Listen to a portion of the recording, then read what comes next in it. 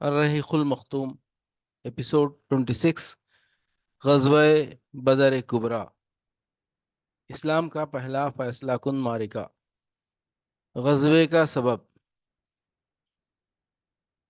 غزوہ عشیرہ کے ذکر میں ہم بتا چکے ہیں کہ قریش کا ایک قافلہ مکے سے شام جاتے ہوئے نبی صلی اللہ علیہ وسلم کی گرفت سے بچ نکلا تھا۔ یہی قافلہ جب شام سے پلٹ کر مکہ واپس آنے والا تھا تو نبی صلی اللہ علیہ وسلم نے طلحہ بن عبید اللہ اور سعید بن زید رضی اللہ عنہ کو اس کے حالات کا پتہ لگانے کے لیے شمال کی جانب روانہ فرمایا۔ یہ دونوں صحابی مقام حورا تک تشریف لے گئے اور وہیں ٹھہرے رہے۔ جب ابو سفیان قافلہ لے کر وہاں سے گزرا تو یہ نہایت تیز رفتاری سے مدینہ پلٹے اور رسول اللہ صلی اللہ علیہ وسلم کو اس کی اطلاع دی۔ اس قافلے میں اہل مکہ کی بڑی دولت تھی، یعنی 1000 اونٹ تھے جن پر کم از کم 50,000 دینار، 262 کلو سونے کی مالیت کا ساز و سامان بار کیا ہوا تھا۔ درا حال ہے کہ اس کی حفاظت کے لیے صرف 40 آدمی تھے۔ اہل مدینہ کے لیے یہ بڑا زرین موقع تھا، جبکہ اہل مکہ کے لیے اس مال فراواں سے محرومی بڑی زبردست فوجی، سیاسی اور اقتصادی مار کی حیثیت رکھتی تھی۔ اس لیے رسول اللہ صلی اللہ علیہ وسلم نے مسلمانوں کے اندر اعلان فرمایا کہ یہ قریش کا قافلہ مال و دولت لیے چلا آ رہا ہے، اس کے لیے نکل پڑو، ہو سکتا ہے کہ اللہ تعالیٰ اسے بطور غنیمت تمہارے حوالے کر دے۔ لیکن آپ نے کسی پر روانگی ضروری نہیں قرار دی، بلکہ اسے محض لوگوں کی رغبت پر چھوڑ دیا، کیونکہ اس اعلان کے وقت یہ توقع نہیں تھی کہ قافلے کے بجائے لشکر قریش کے ساتھ میدان بدر میں ایک نہایت پرزور ٹکر ہو جائے گی، اور یہی وجہ ہے کہ بہت سے صحابہ کرام مدینے ہی میں رہ گئے۔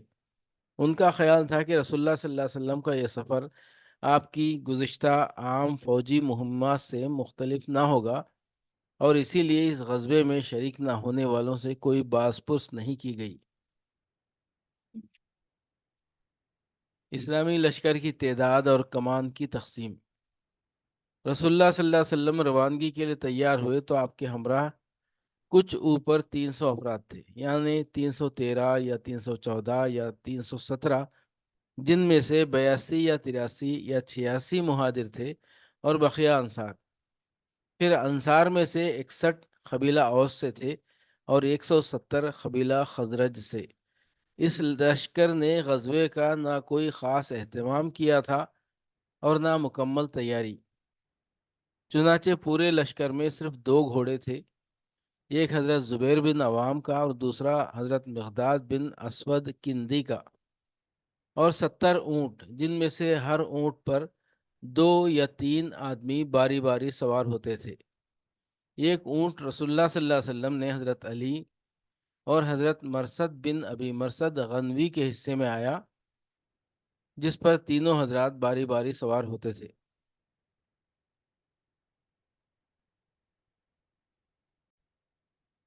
مدینے کا انتظام اور نماز کی امامت پہلے پہل حضرت ابن ام مکتوم رضی اللہ عنہ کو سونپی گئی، لیکن جب نبی صلی اللہ علیہ وسلم مقام روحا تک پہنچے تو آپ نے حضرت ابو لبابہ بن عبد المنذر رضی اللہ عنہ کو مدینہ کا منتظم بنا کر واپس بھیج دیا۔ لشکر کی تنظیم اس طرح کی گئی کہ ایک جیش مہاجرین کا بنایا گیا اور ایک انصار کا۔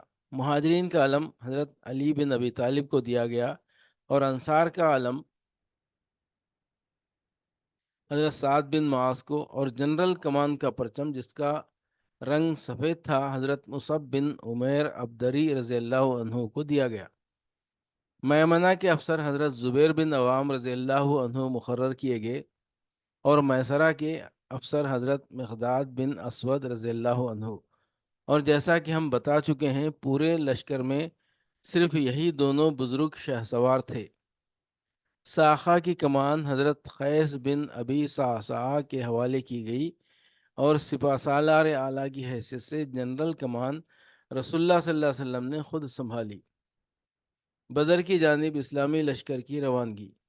رسول اللہ صلی اللہ علیہ وسلم اس نامکمل لشکر کو لے کر روانہ ہوئے تو مدینے کے دہانے سے نکل کر مکہ جانے والی شاہراہ عام پر چلتے ہوئے بیر روحا تک تشریف لے گئے۔ پھر وہاں سے آگے بڑھے تو مکے کا راستہ بائیں جانب چھوڑ دیا اور داہنے جانب کترا کر چلتے ہوئے نازیہ پہنچے۔ منزل مقصود بدر تھی۔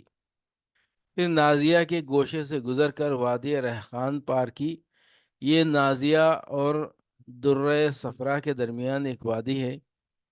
اس وادی کے بعد درہ صفرا سے گزرے، پھر درہ سے اتر کر وادی صفرا کے قریب جا پہنچے اور وہاں سے قبیلہ جوہینہ کے دو آدمیوں یعنی بسیس بن عمر اور عدی بن ابی الزغبا کو قافلے کی حالات کا پتہ لگانے کے لیے بدر روانہ فرمایا۔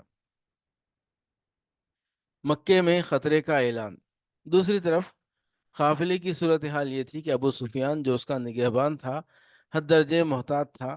اسے معلوم تھا کہ مکے کا راستہ خطروں سے پر ہے، اس لیے وہ حالات کا مسلسل پتہ لگاتا رہتا تھا اور جن قافلوں سے ملاقات ہوتی تھی ان سے کیفیت دریافت کرتا رہتا تھا۔ چنانچہ اسے جلد ہی معلوم ہو گیا کہ محمد صلی اللہ علیہ وسلم نے صحابہ کرام کو قافلے پر حملے کی دعوت دے دی ہے، لہٰذا اس نے فوراً زمزم بن عمر غفاری کو اجرت دے کر مکہ بھیجا کہ وہاں جا کر قافلے کی حفاظت کے لیے قریش میں نفیر عام کی صدا لگائے۔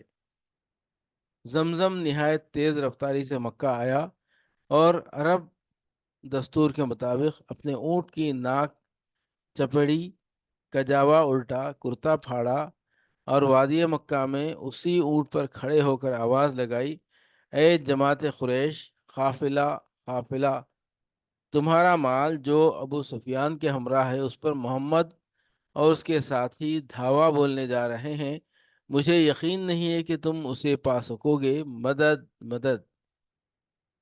جنگ کے لیے اہل مکہ کی تیاری۔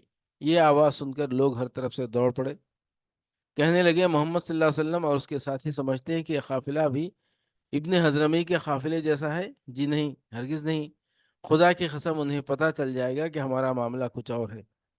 چنانچہ سارے مکے میں دو ہی طرح کے لوگ تھے، یا تو آدمی خود جنگ کے لیے نکل رہا تھا یا اپنی جگہ کسی اور کو بھیج رہا تھا، اور اس طرح گویا سبھی نکل پڑے۔ خصوصاً معززین مکہ میں سے کوئی بھی پیچھے نہ رہا، صرف ابو لہب نے اپنی جگہ اپنے قرضدار کو بھیجا۔ گرد پیش کے قبائل عرب کو بھی قریش نے بھرتی کیا اور خود قریشی قبائل میں سے سوائے بنو عدی کے کوئی بھی پیچھے نہ رہا۔ البتہ بنو عدی کے کسی بھی آدمی نے اس جنگ میں شرکت نہ کی۔ مکی لشکر کی تعداد۔ ابتدا میں مکی لشکر کی تعداد 1300 تھی، جن کے پاس 100 گھوڑے اور 600 زرہیں تھیں۔ اونٹ کثرت سے تھے جن کی ٹھیک ٹھیک تعداد معلوم نہ ہو سکی۔ لشکر کا سپہ سالار ابو جہل بن ہشام تھا۔ قریش کے 9 معزز آدمی اس کی رسد کے ذمہ دار تھے۔ ایک دن 9 اور ایک دن 10 اونٹ ذبح کیے جاتے تھے۔ قبائل بنو بکر کا مسئلہ۔ جب مکی لشکر روانگی کے لیے تیار ہو گیا تو قریش کو یاد آیا کہ قبائل بنو بکر سے ان کی دشمنی اور جنگ چل رہی ہے، اس لیے انہیں خطرہ محسوس ہوا کہ کہیں یہ قبائل پیچھے سے حملہ نہ کر دیں اور اس طرح وہ دشمنوں کے بیچ میں نہ گھر جائیں۔ قریب تھا کہ یہ خیال قریش کو ان کے ارادے جنگ سے روک دے، لیکن عین اسی وقت ابلیس لعین بنو کنانا کے سردار سراقہ بن مالک بن جاشم مدلجی کی شکل میں نمودار ہوا اور بولا، میں بھی تمہارا رفیق کار ہوں اور اس بات کی ضمانت دیتا ہوں کہ بنو کنانا تمہارے پیچھے کوئی ناگوار کام نہ کریں گے۔ جیش مکہ کی روانگی۔ اس ضمانت کے بعد اہل مکہ اپنے گھروں سے نکل پڑے اور جیسا کہ اللہ کا ارشاد ہے، اتراتے ہوئے، لوگوں کو اپنی شان دکھاتے ہوئے اور اللہ کی راہ سے روکتے ہوئے مدینے کی جانب روانہ ہوئے۔ جیسا کہ رسول اللہ صلی اللہ علیہ وسلم کا ارشاد ہے، اپنی دھار اور ہتھیار لے کر اللہ سے خار کھاتے ہوئے اور اس کے رسول سے خار کھاتے ہوئے، جوش انتقام سے چور اور جذبہ حمیت و غضب سے مخبور، اس پر کچکچائے ہوئے کہ رسول اللہ صلی اللہ علیہ وسلم اور آپ کے صحابہ نے اہل مکہ کے قافلوں پر آنکھ اٹھانے کی جرت کیسے کی۔ بہرحال یہ لوگ نہایت تیز رفتاری سے شمال کے رخ پر بدر کی جانب چلے جا رہے تھے کہ وادی عثفان اور خدیت سے گزر کر جحفہ پہنچے تو ابو سفیان کا ایک نیا پیغام موصول ہوا، جس میں کہا گیا تھا کہ آپ لوگ اپنے قافلے اپنے آدمیوں اور اپنے اموال کی حفاظت سے غرض سے نکلے ہیں، اور چونکہ اللہ نے ان سب کو بچا لیا ہے لہٰذا واپس چلے جائیے۔ قافلہ بچ نکلا۔ ابو سفیان کے بچ نکلنے کی تفصیل یہ ہے کہ وہ شام سے کاروانی شاہراہ پر چلا تو آ رہا تھا، لیکن مسلسل چوکنا اور بیدار تھا۔ اس نے اپنی فراہمی اطلاعات کی کوششیں بھی دوچند کر رکھی تھیں۔ جب وہ بدر کے قریب پہنچا تو خود قافلے سے آگے جا کر مجدی بن عمر سے ملاقات کی اور اس سے لشکر مدینہ کی بابت دریافت کیا۔ مجدی نے کہا، میں نے کوئی خلاف معمول آدمی تو نہیں دیکھا، البتہ دو سوار دیکھے جنہوں نے ٹیلے کے پاس اپنے جانور بٹھائے، پھر اپنے مشکیزے میں پانی بھر کر چلے گئے۔ ابو سفیان لپک کر وہاں پہنچا اور ان کے اونٹ کی مینگنیاں اٹھا کر توڑی تو اس میں کھجور کی گٹھلی برآمد ہوئی۔ ابو سفیان نے کہا، خدا کی قسم یہ یثرب کا چارہ ہے۔ اس کے بعد وہ تیزی سے قافلے کی طرف پلٹا اور اسے مغرب کی طرف موڑ کر اس کا رخ ساحل کی طرف کر دیا اور بدر سے گزرنے والی کاروانی شاہراہ کو بائیں ہاتھ چھوڑ دیا۔ اس طرح قافلے کو مدنی لشکر کے قبضے میں جانے سے بچا لیا اور فوراً ہی مکی لشکر کو اپنے بچ نکلنے کی اطلاع دیتے ہوئے اسے واپس جانے کا پیغام دیا، جو اسے جہفہ میں موصول ہوا۔ مکی لشکر کا ارادہ واپسی اور باہمی پھوٹ۔ یہ پیغام سن کر مکی لشکر نے چاہا کہ واپس چلا جائے، لیکن قریش کا طاغوت اکبر ابو جہل کھڑا ہو گیا اور نہایت کبر و غرور سے بولا، خدا کی قسم ہم واپس نہ ہوں گے، یہاں تک کہ بدر جا کر وہاں 3 روز قیام کریں گے اور اس دوران اونٹ ذبح کریں گے، لوگوں کو کھانا کھلائیں گے اور شراب پلائیں گے، لونڈیاں ہمارے لیے گانے گائیں گی اور سارا عرب ہمارا اور ہمارے سفر و اجتماع کا حال سنے گا، اور اس طرح ہمیشہ کے لیے ان پر ہماری دھاک بیٹھ جائے گی۔ لیکن ابو جہل کے علی الرغم اخنس بن شریح نے یہی مشورہ دیا کہ واپس چلے چلو، مگر لوگوں نے اس کی بات نہ مانی، اس لیے وہ بنو زہرہ کے لوگوں کو ساتھ لے کر واپس ہو گیا، کیونکہ وہ بنو زہرہ کا حلیف اور اس لشکر میں ان کا سردار تھا۔ بنو زہرہ کی کل تعداد کوئی 300 تھی، ان کا کوئی بھی آدمی جنگ بدر میں حاضر نہ ہوا۔ بعد میں بنو زہرہ اخنس بن شریح کی رائے پر حد درجہ شاداں و فرحاں تھی، اور ان کے اندر اس کی تعظیم و اطاعت ہمیشہ برقرار رہی۔ بنو زہرہ کے علاوہ بنو ہاشم نے بھی چاہا کہ واپس چلے جائیں، لیکن ابو جہل نے بڑی سختی کی اور کہا کہ جب تک ہم واپس نہ ہوں گے یہ گروہ ہم سے الگ نہ ہونے پائے۔ غرض لشکر نے اپنا سفر جاری رکھا۔ بنو زہرہ کی واپسی کے بعد اب اس کی تعداد 1000 رہ گئی تھی اور اس کا رخ بدر کی جانب تھا۔ بدر کے قریب پہنچ کر اس نے ایک ٹیلے کے پیچھے پڑاؤ ڈالا۔ یہ ٹیلا وادی بدر کے حدود پر جنوبی دہانے کے پاس واقع ہے۔ اسلامی لشکر کے لیے حالات کی نزاکت۔ ادھر مدینے کے ذرائع اطلاعات نے رسول اللہ صلی اللہ علیہ وسلم کو، جبکہ ابھی آپ راستے ہی میں تھے اور وادی زعفران سے گزر رہے تھے، قافلے اور لشکر دونوں کے متعلق اطلاعات فراہم کی۔ آپ نے ان اطلاعات کا گہرائی سے جائزہ لینے کے بعد یقین کر لیا کہ اب ایک خونریز ٹکراؤ کا وقت آ گیا ہے اور ایک ایسا اقدام ناگزیر ہے جو شجاعت و بصالت اور جرأت و جسارت پر مبنی ہو، کیونکہ یہ بات قطعی تھی کہ اگر مکی لشکر کو اس علاقے میں یوں ہی دندناتا ہوا پھرنے دیا جاتا تو اس سے قریش کی فوجی ساکھ کو بڑی قوت پہنچ جاتی اور ان کی سیاسی بالادستی کا دائرہ دور تک پھیل جاتا، مسلمانوں کی آواز دب کر کمزور ہو جاتی اور اس کے بعد اسلامی دعوت کو ایک بے روح ڈھانچہ سمجھ کر اس علاقے کا ہر کس و ناکس جو اپنے سینے میں اسلام کے خلاف کینہ و عداوت رکھتا تھا شر پر آمادہ ہو جاتا۔ پھر ان سب باتوں کے علاوہ آخر اس کی کیا ضمانت تھی کہ مکی لشکر مدینے کی جانب پیش قدمی نہیں کرے گا اور اس معرکے کو مدینے کی 4 دیواری تک منتقل کر کے مسلمانوں کو ان کے گھروں میں گھس کر تباہ کرنے کی جرت اور کوشش نہیں کرے گا؟ جی ہاں، اگر مدنی لشکر کی جانب سے ذرا بھی گریز کیا جاتا تو یہ سب کچھ ممکن تھا، اور اگر ایسا نہ بھی ہوتا تو مسلمانوں کی ہیبت و شہرت پر تو بہرحال اس کا نہایت برا اثر پڑتا۔ مجلس شورا کا اجتماع۔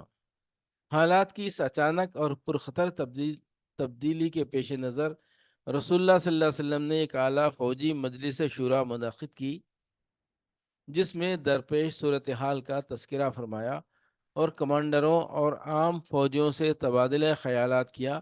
اس موقع پر ایک گروہ خون ریز ٹکراؤ کا نام سن کر کانپ اٹھا اور اس کا دل لرزنے لگا اور دھڑکنے لگا۔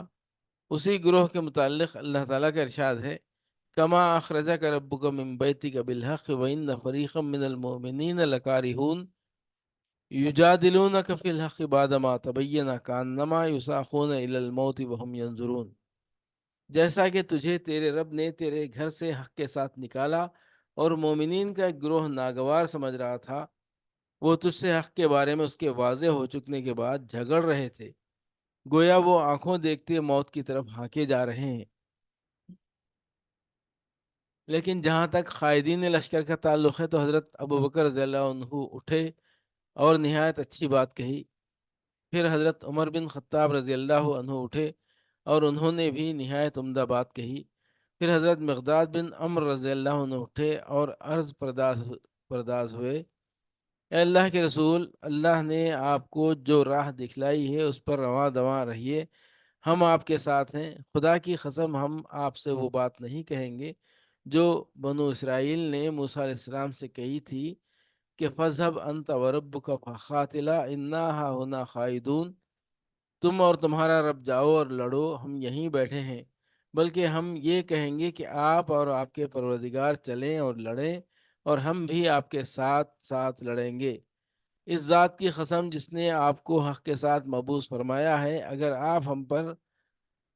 آپ ہم کو برق غیمات تک لے چلیں تو ہم راستے والوں سے لڑتے بھڑتے آپ کے ساتھ وہاں بھی چلیں گے۔ رسول اللہ صلی اللہ علیہ وسلم نے ان کے حق میں کلمہ خیر ارشاد فرمایا اور دعا دی۔ یہ تینوں کمانڈر مہاجرین سے تھے جن کی تعداد لشکر میں کم تھی۔ رسول اللہ صلی اللہ علیہ وسلم کی خواہش تھی کہ انصار کی رائے معلوم کریں، کیونکہ وہی لشکر میں اکثریت رکھتے تھے اور معرکے کا اصل بوجھ انہی کے شانوں پر پڑنے والا تھا۔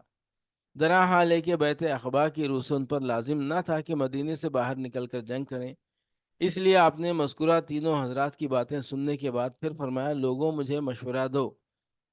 مقصود انصار تھے اور یہ بات انصار کے کمانڈر اور علم بردار حضرت سعد بن معاذ نے بھانپ لی، چنانچہ انہوں نے عرض کیا کہ بخدا ایسا معلوم ہوتا ہے کہ اے اللہ کے رسول، آپ کا روح سخن ہماری طرف ہے۔ آپ نے فرمایا ہاں۔ انہوں نے کہا، ہم تو آپ پر ایمان لائے ہیں، آپ کی تصدیق کی ہے اور یہ گواہی دی ہے کہ آپ جو کچھ لے کر آئے ہیں سب حق ہے، اور اس پر ہم نے آپ کو اپنی سمع و طاعت کا عہد و میثاق دیا ہے، لہٰذا اے اللہ کے رسول، آپ کا جو ارادہ ہے اس کے لیے پیش قدمی فرمائیے۔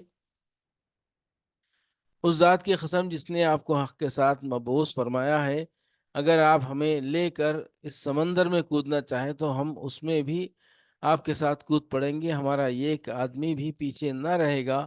ہمیں قطعاً کوئی ہچکچاہٹ نہیں کہ کل آپ ہمارے ساتھ دشمن سے ٹکرا جائیں۔ ہم جنگ میں پامرد اور لڑنے میں جوان مرد ہیں، اور ممکن ہے کہ اللہ آپ کو ہمارا وہ جوہر دکھلا دے جس سے آپ کی آنکھیں ٹھنڈی ہو جائیں، بس آپ ہمیں ہمراہ لے کر چلیں، اللہ برکت دے۔ ایک روایت میں یوں ہے کہ حضرت سعد بن معاذ نے رسول اللہ صلی اللہ علیہ وسلم سے عرض کیا کہ غالباً آپ کو اندیشہ ہے کہ انصار اپنا یہ فرض سمجھتے ہیں کہ وہ آپ کی مدد محض اپنے دیار میں کریں، اس لیے میں انصار کی طرف سے بول رہا ہوں اور ان کی طرف سے جواب دے رہا ہوں۔ عرض ہے کہ آپ جہاں چاہیں تشریف لے چلیں، جس سے چاہیں تعلق استوار کریں اور جس سے چاہیں تعلق کاٹ لیں، ہمارے مال میں سے جو چاہیں لے لیں اور جو چاہیں دے دیں، اور آپ جو لیں گے وہ ہمارے نزدیک اس سے زیادہ پسندیدہ ہوگا جسے آپ چھوڑ دیں گے، اور اس معاملے میں آپ کا جو بھی فیصلہ ہوگا ہمارا فیصلہ بہرحال اس کے تابع ہوگا۔ خدا کی قسم اگر آپ پیش قدمی کرتے ہوئے برق غیمات تک جائیں تو ہم بھی آپ کے ساتھ ساتھ چلیں گے، اور اگر آپ ہمیں لے کر اس سمندر میں کودنا چاہیں تو ہم اس میں بھی کود جائیں گے۔ حضرت سعد کی یہ بات سن کر رسول اللہ صلی اللہ علیہ وسلم پر خوشی کی لہر دوڑ گئی، آپ پر نشاط طاری ہو گئی۔ آپ نے فرمایا، چلو اور خوشی خوشی چلو، اللہ نے مجھ سے دو گروہوں میں سے ایک کا وعدہ فرمایا ہے، واللہ اس وقت گویا میں قوم کی قتل گاہیں دیکھ رہا ہوں۔ اسلامی لشکر کا بقیہ سفر۔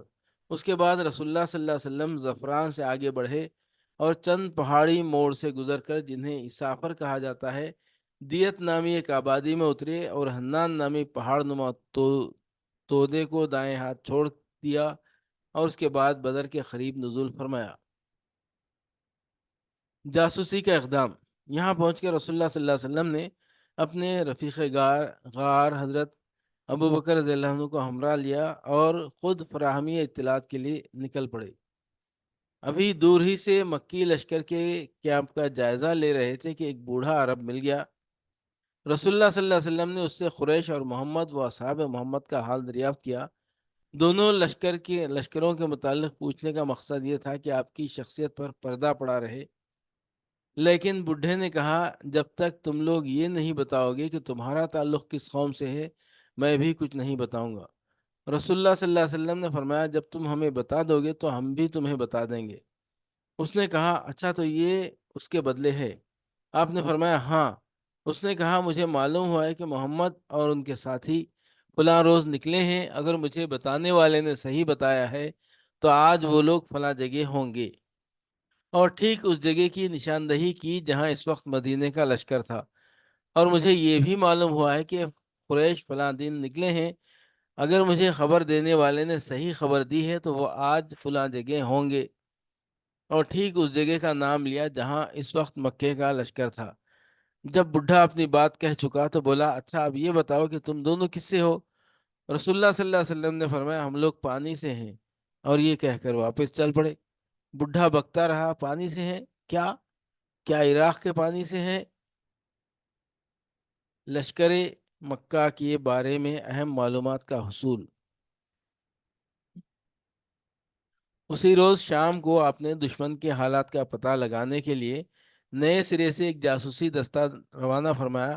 اس کارروائی کے لیے مہاجرین کے 3 قائد علی بن ابی طالب، زبیر بن عوام اور سعد بن ابی وقاص رضی اللہ عنہم صحابہ کرام کی ایک جماعت کے ہمراہ روانہ ہوئے۔ یہ لوگ سیدھے بدر کے چشمے پر پہنچے۔ وہاں 2 غلام مکی لشکر کے لیے پانی بھر رہے تھے۔ انہیں گرفتار کر لیا اور رسول اللہ صلی اللہ علیہ وسلم کی خدمت میں حاضر کیا۔ اس وقت آپ نماز پڑھ رہے تھے۔ صحابہ نے ان دونوں سے حالات دریافت کیے۔ انہوں نے کہا، ہم قریش کے سخے ہیں، انہوں نے ہمیں پانی بھرنے کے لیے بھیجا ہے۔ قوم کو یہ جواب پسند آیا۔ انہیں توقع تھی کہ یہ دونوں ابو سفیان کے آدمی ہوں گے، کیونکہ ان کے دلوں میں اب بھی بچی کھچی آرزو رہ گئی تھی کہ قافلے پر غلبہ حاصل ہو۔ چنانچہ صحابہ نے ان دونوں کی ذرا سخت پٹائی کر دی اور انہوں نے مجبور ہو کر کہہ دیا کہ ہاں، ہم ابو سفیان کے آدمی ہیں۔ اس کے بعد مارنے والوں نے ہاتھ روک لیا۔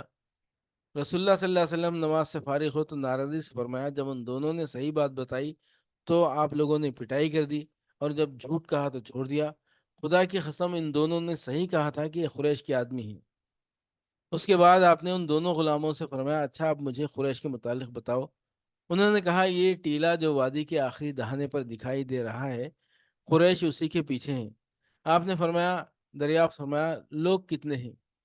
انہوں نے کہا، بہت ہیں۔ آپ نے پوچھا، تعداد کتنی ہے؟ انہوں نے کہا، ہمیں معلوم نہیں۔ آپ نے فرمایا، روزانہ کتنے اونٹ ذبح کرتے ہیں؟ انہوں نے کہا، ایک دن 9 اور ایک دن 10۔ آپ نے فرمایا، تب تو لوگوں کی تعداد 900 اور 1000 کے درمیان ہے۔ پھر آپ نے پوچھا، ان کے اندر معززین قریش میں سے کون کون ہیں؟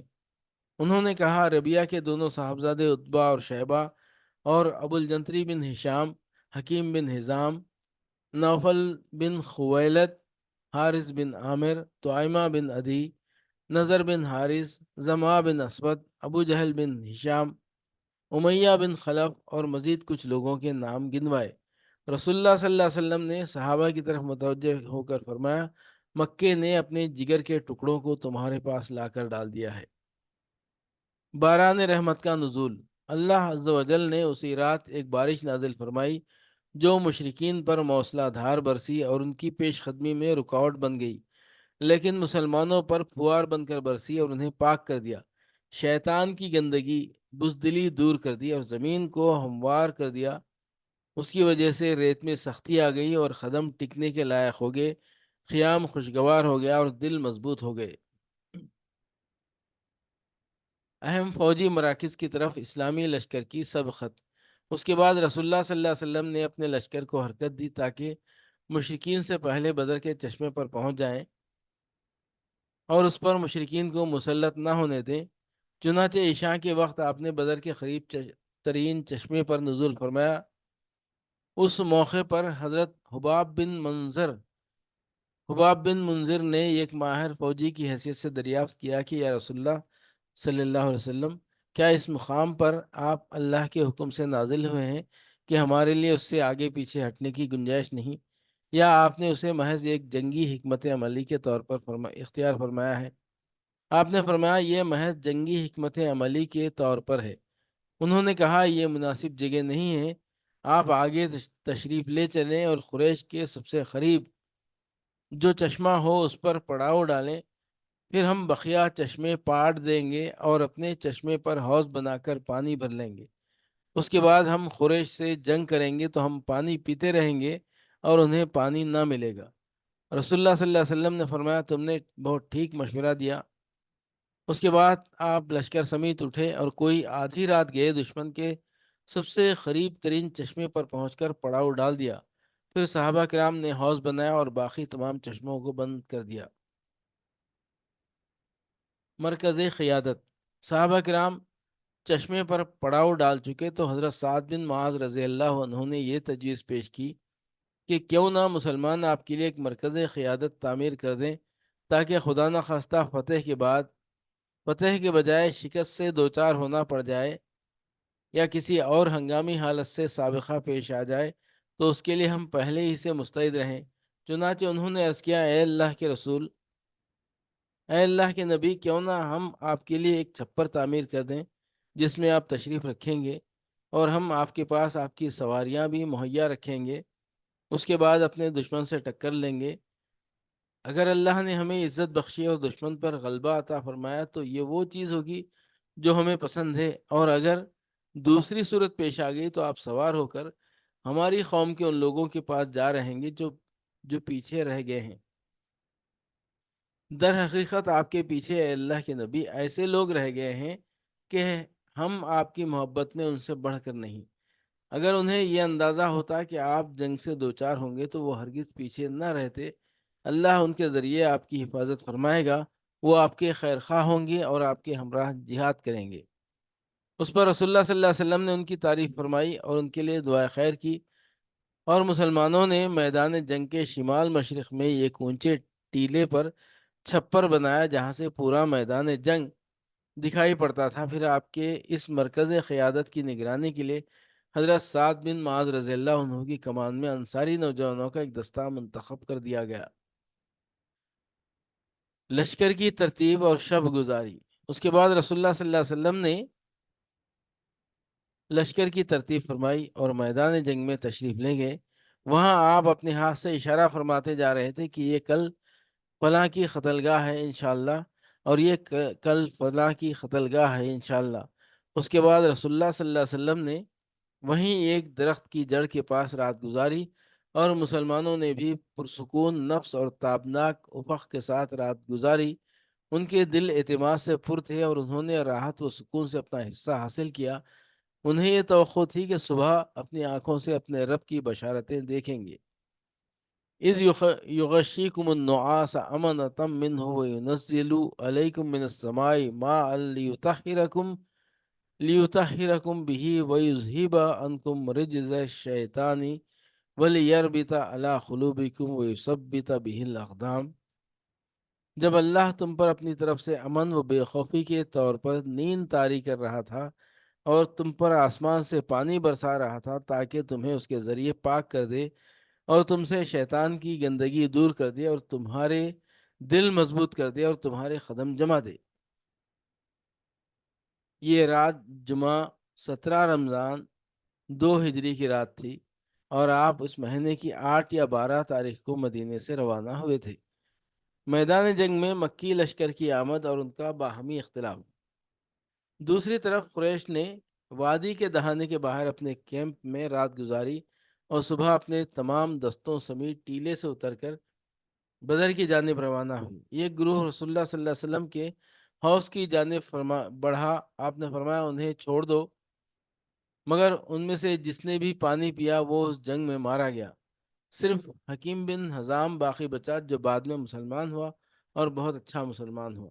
اس کا دستور تھا کہ جب بہت پختہ قسم کھانی ہوتی تو کہتا لا والذی نجانی من یوم بدرن، قسم ہے اس ذات کی جس نے مجھے بدر کے دن سے نجات دی۔ بہرحال جب قریش مطمئن ہو چکے تو انہوں نے مدنی لشکر کی قوت کا اندازہ لگانے کے لیے عمیر بن وہب جماحی کو روانہ کیا۔ عمیر نے گھوڑے پر سوار ہو کر لشکر کا چکر لگایا، پھر واپس جا کر بولا کچھ کم یا کچھ زیادہ 300 آدمی ہیں، لیکن ذرا ٹھہرو میں دیکھ لوں ان کی کوئی کمینگاہ یا کمک تو نہیں۔ اس کے بعد وہ وادی میں گھوڑا دوڑاتا ہوا دور تک نکل گیا، لیکن اسے کچھ دکھائی نہ پڑا۔ چنانچہ اس نے واپس جا کر کہا میں نے کچھ پایا تو نہیں، لیکن اے قریش کے لوگوں، میں نے بلائیں دیکھی ہیں جو موت کو لادے ہوئے ہیں۔ یثرب کے اونٹ اپنے اوپر خالص موت سوار کیے ہوئے ہیں۔ یہ ایسے لوگ ہیں جن کی ساری حفاظت اور ملجا و ماوا خود ان کی تلواریں ہیں، کوئی اور چیز نہیں۔ خدا کی قسم میں سمجھتا ہوں کہ ان کا کوئی آدمی تمہارے آدمی کو قتل کیے بغیر قتل نہ ہوگا، اور اگر تمہارے خاص خاص افراد کو انہوں نے مار لیا تو اس کے بعد جینے کا مزہ ہی کیا ہے؟ اس لیے ذرا اچھی طرح سوچ سمجھ لو۔ اس موقع پر ابو جہل کے خلاف جو معرکہ آرائی پر تلا ہوا تھا، ایک اور جھگڑا اٹھ کھڑا ہوا جس میں مطالبہ کیا گیا کہ جنگ کے بغیر مکہ واپس جائیں۔ چنانچہ حکیم بن حزام نے لوگوں کے درمیان دوڑ دھوپ شروع کر دی۔ وہ عتبہ بن ربیعہ کے پاس آیا اور بولا ابو الولید، آپ قریش کے بڑے آدمی اور واجب الاطاعت سردار ہیں، پھر آپ کیوں نہ ایک اچھا کام کر جائیں جس کے سبب آپ کا ذکر ہمیشہ بھلائی سے ہوتا رہے۔ عتبہ نے کہا حکیم وہ کون سا کام ہے؟ اس نے کہا آپ لوگوں کو واپس لے جائیں اور اپنے حلیف عمر بن حضرمی کا معاملہ جو سریہ نخلا میں مارا گیا تھا اپنے ذمے لے لیں۔ عتبہ نے کہا مجھے منظور ہے، تم میری طرف سے اس کی ضمانت لو، وہ میرا حلیف ہے، میں اس کی دیت کا بھی ذمہ دار ہوں اور اس کا جو مال ضائع ہوا اس کا بھی۔ اس کے بعد عتبہ نے حکیم بن حزام سے کہا تم حنظلیہ کے پوت کے پاس جاؤ، کیونکہ لوگوں کے معاملات کو بگاڑنے اور بھڑکانے کے سلسلے میں مجھے اس کے علاوہ کسی اور سے کوئی اندیشہ نہیں۔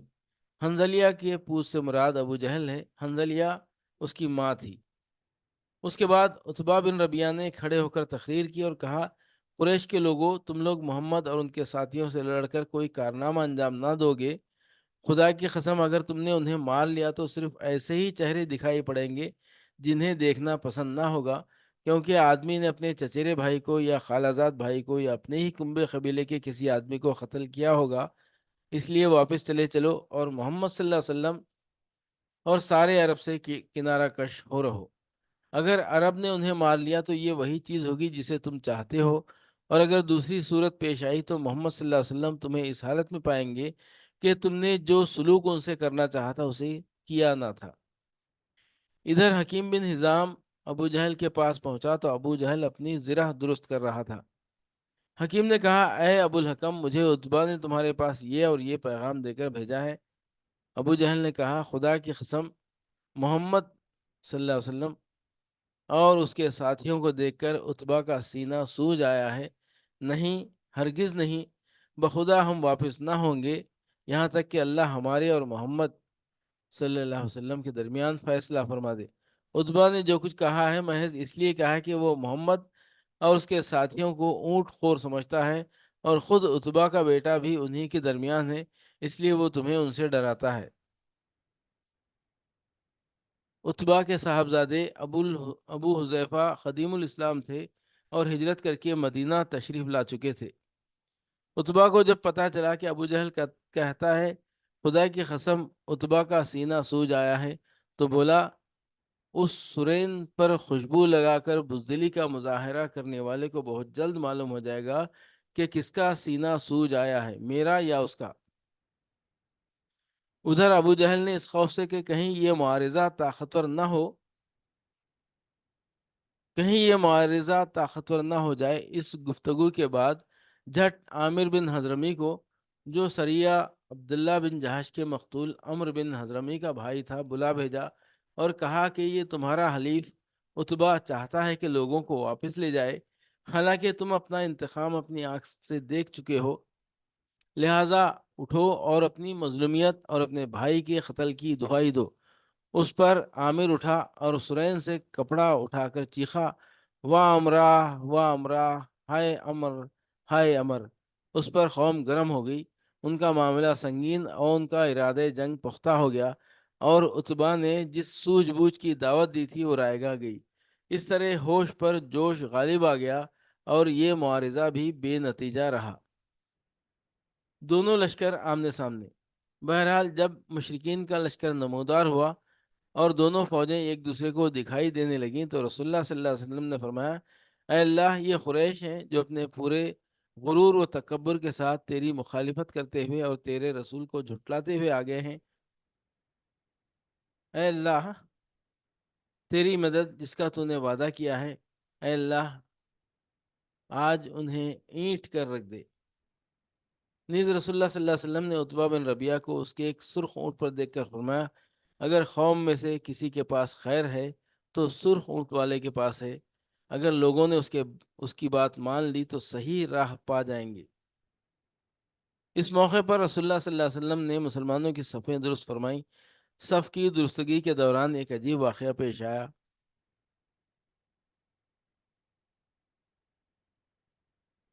آپ کے ہاتھ میں ایک تیر تھا جس کے ذریعے آپ صف سیدھی فرما رہے تھے کہ سواد بن غزیہ کے پیٹ پر جو سب سے کچھ آگے نکلے ہوئے تھے، تیر کا دباؤ ڈالتے ہوئے فرمایا، سواد برابر ہو جاؤ۔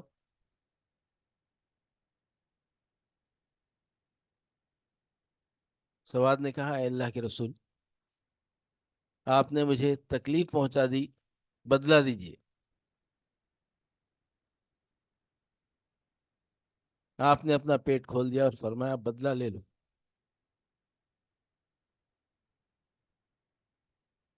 سواد آپ سے چمٹ گئی اور آپ کے پیٹ کا بوسہ لینے لگی۔ آپ نے فرمایا، سواد، اس حرکت پر تمہیں کس بات نے آمادہ کیا؟ انہوں نے کہا، اے اللہ کے رسول،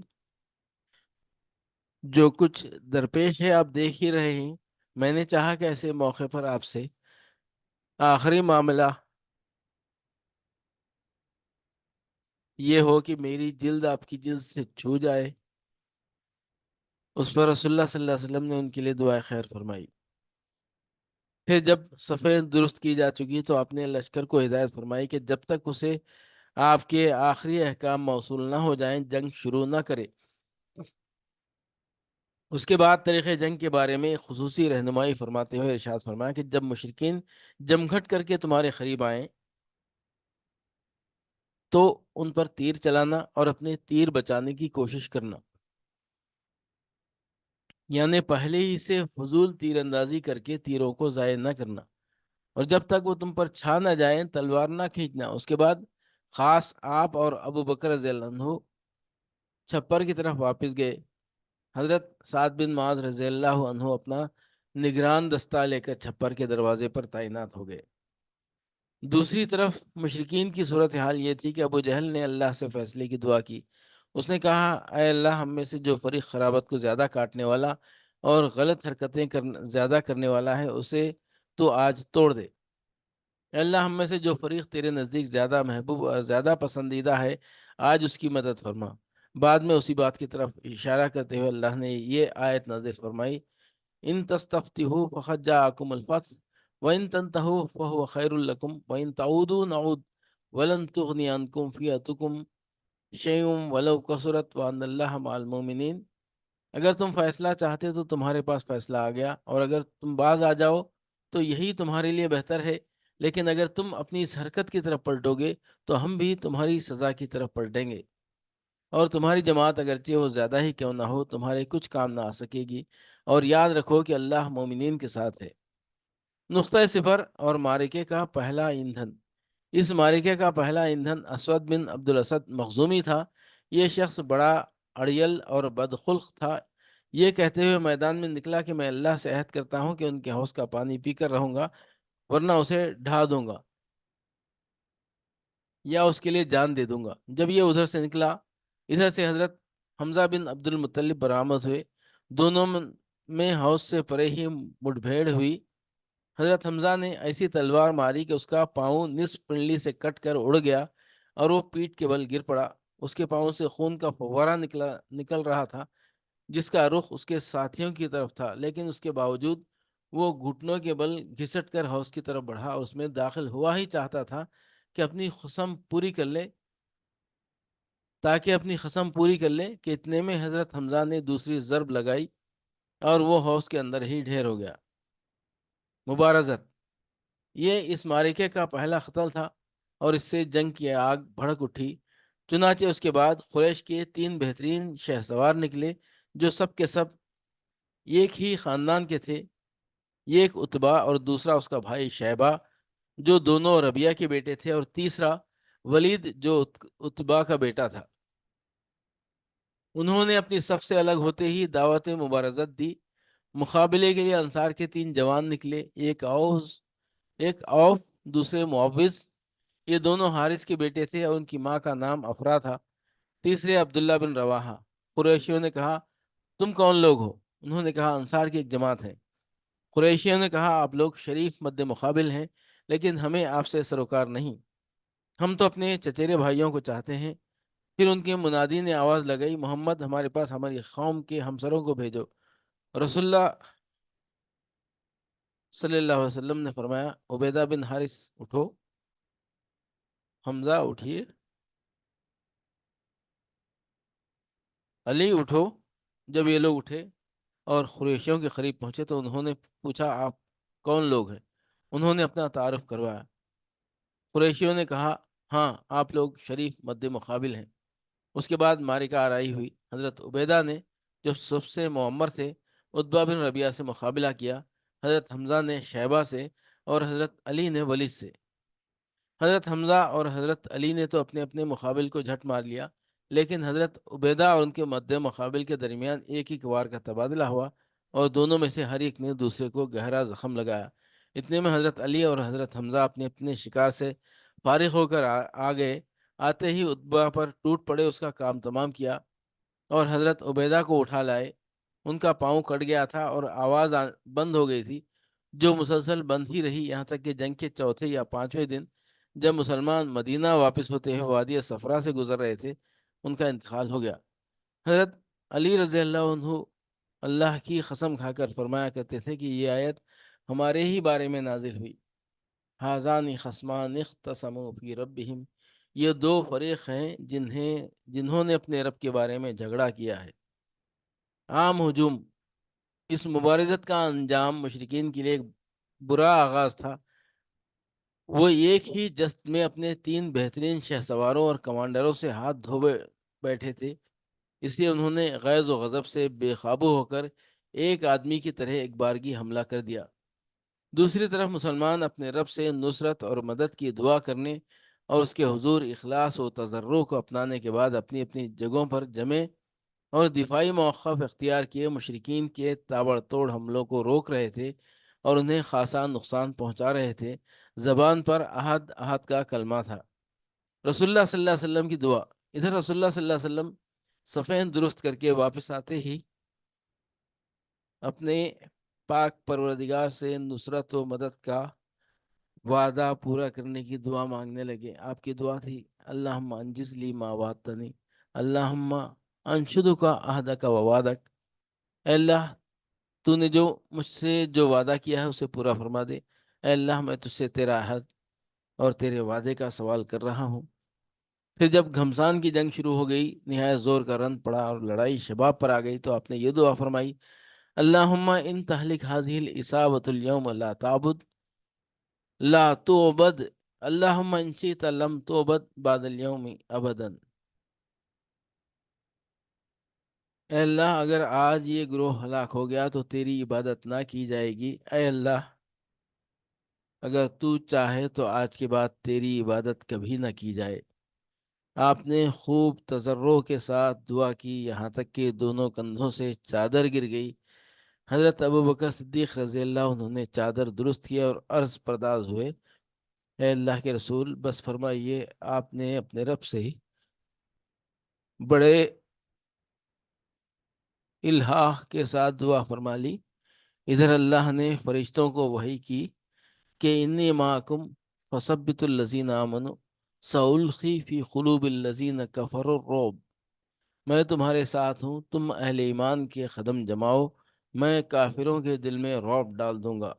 اور رسول اللہ صلی اللہ علیہ وسلم کے پاس وحی بھیجی کہ انی ممدکم بألف من الملائکۃ مردفین، میں 1000 فرشتوں سے تمہاری مدد کروں گا جو آگے پیچھے آئیں گے۔ فرشتوں کا نزول۔ اس کے بعد رسول اللہ صلی اللہ علیہ وسلم کو ایک جھپکی آئی، پھر آپ نے سر اٹھایا اور فرمایا، ابو بکر خوش ہو جاؤ، یہ جبرائیل ہیں گرد و غبار میں اٹے ہوئے۔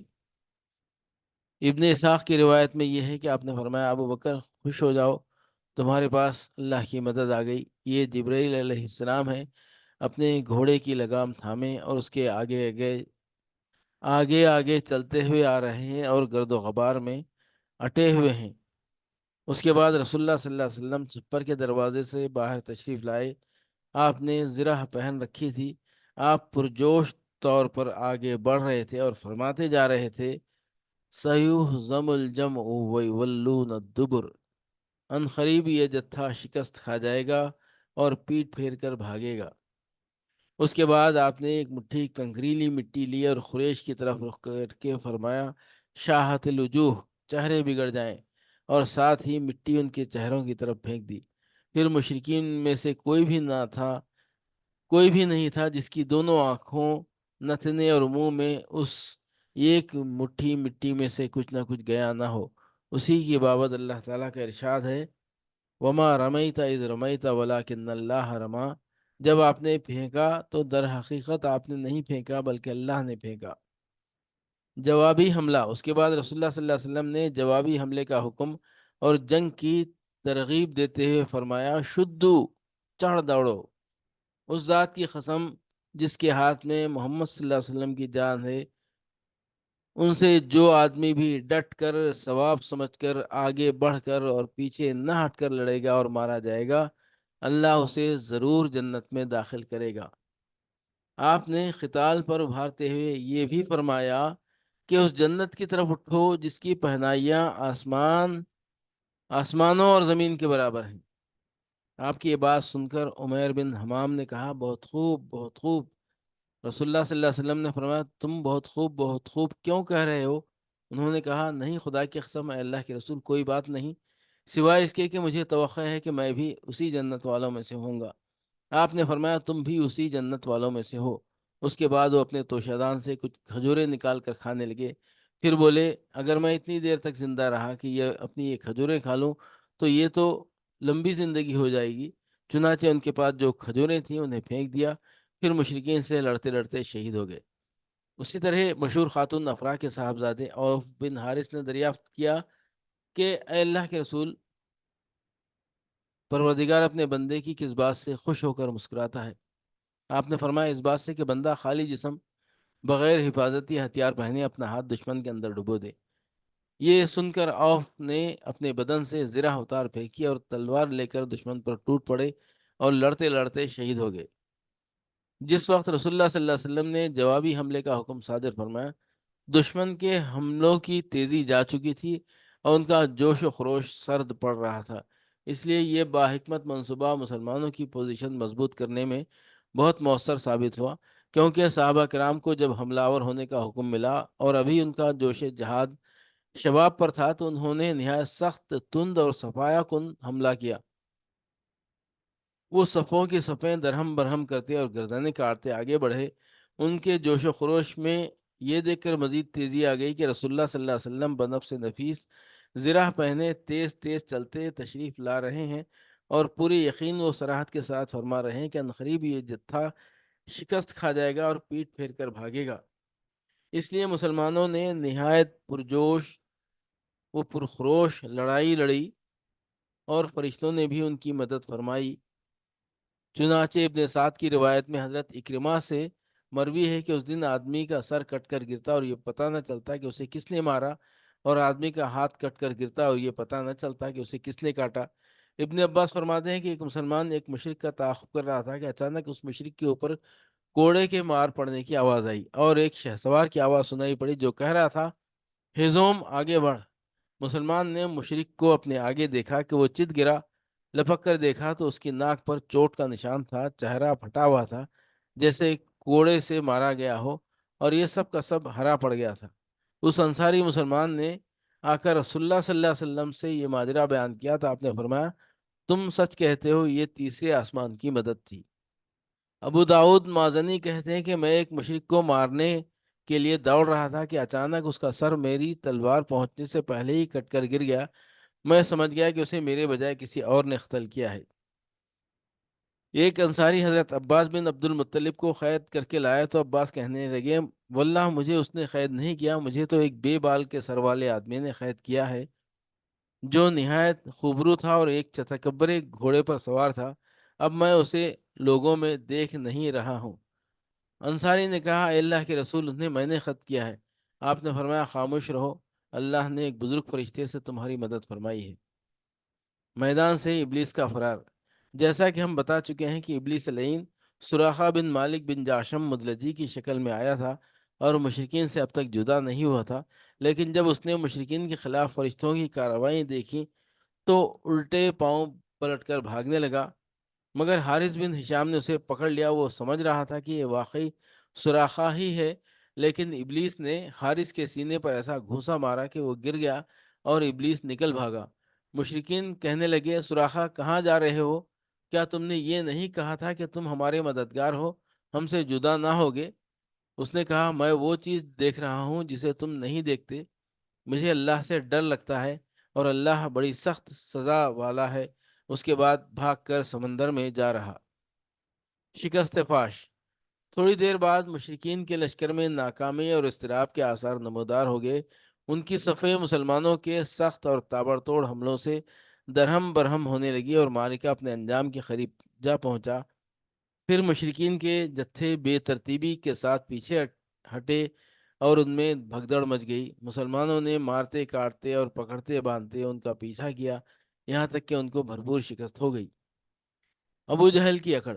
لیکن طاغوت اکبر ابو جہل نے جب اپنی صفوں میں اضطراب کی ابتدائی علامتیں دیکھیں تو چاہا کہ سیلاب کے سامنے ڈٹ جائے۔ چنانچہ وہ اپنے لشکر کو للکارتا ہوا اکڑتا اور تکبر کے ساتھ کہتا جا رہا تھا کہ سراخہ کی کنارہ کشی سے تمہیں پست ہمت نہیں ہونا چاہیے، کیونکہ اس نے محمد کے ساتھ پہلے سے ساز باز کر رکھی تھی۔ تم پر عتبہ، شیبہ اور ولید کے قتل کا ہول بھی سوار نہیں ہونا چاہیے، کیونکہ ان لوگوں نے جلد بازی سے کام لیا تھا۔ لات و عزا کی قسم، ہم واپس نہ ہوں گے یہاں تک کہ انہیں رسیوں میں جکڑ لیں۔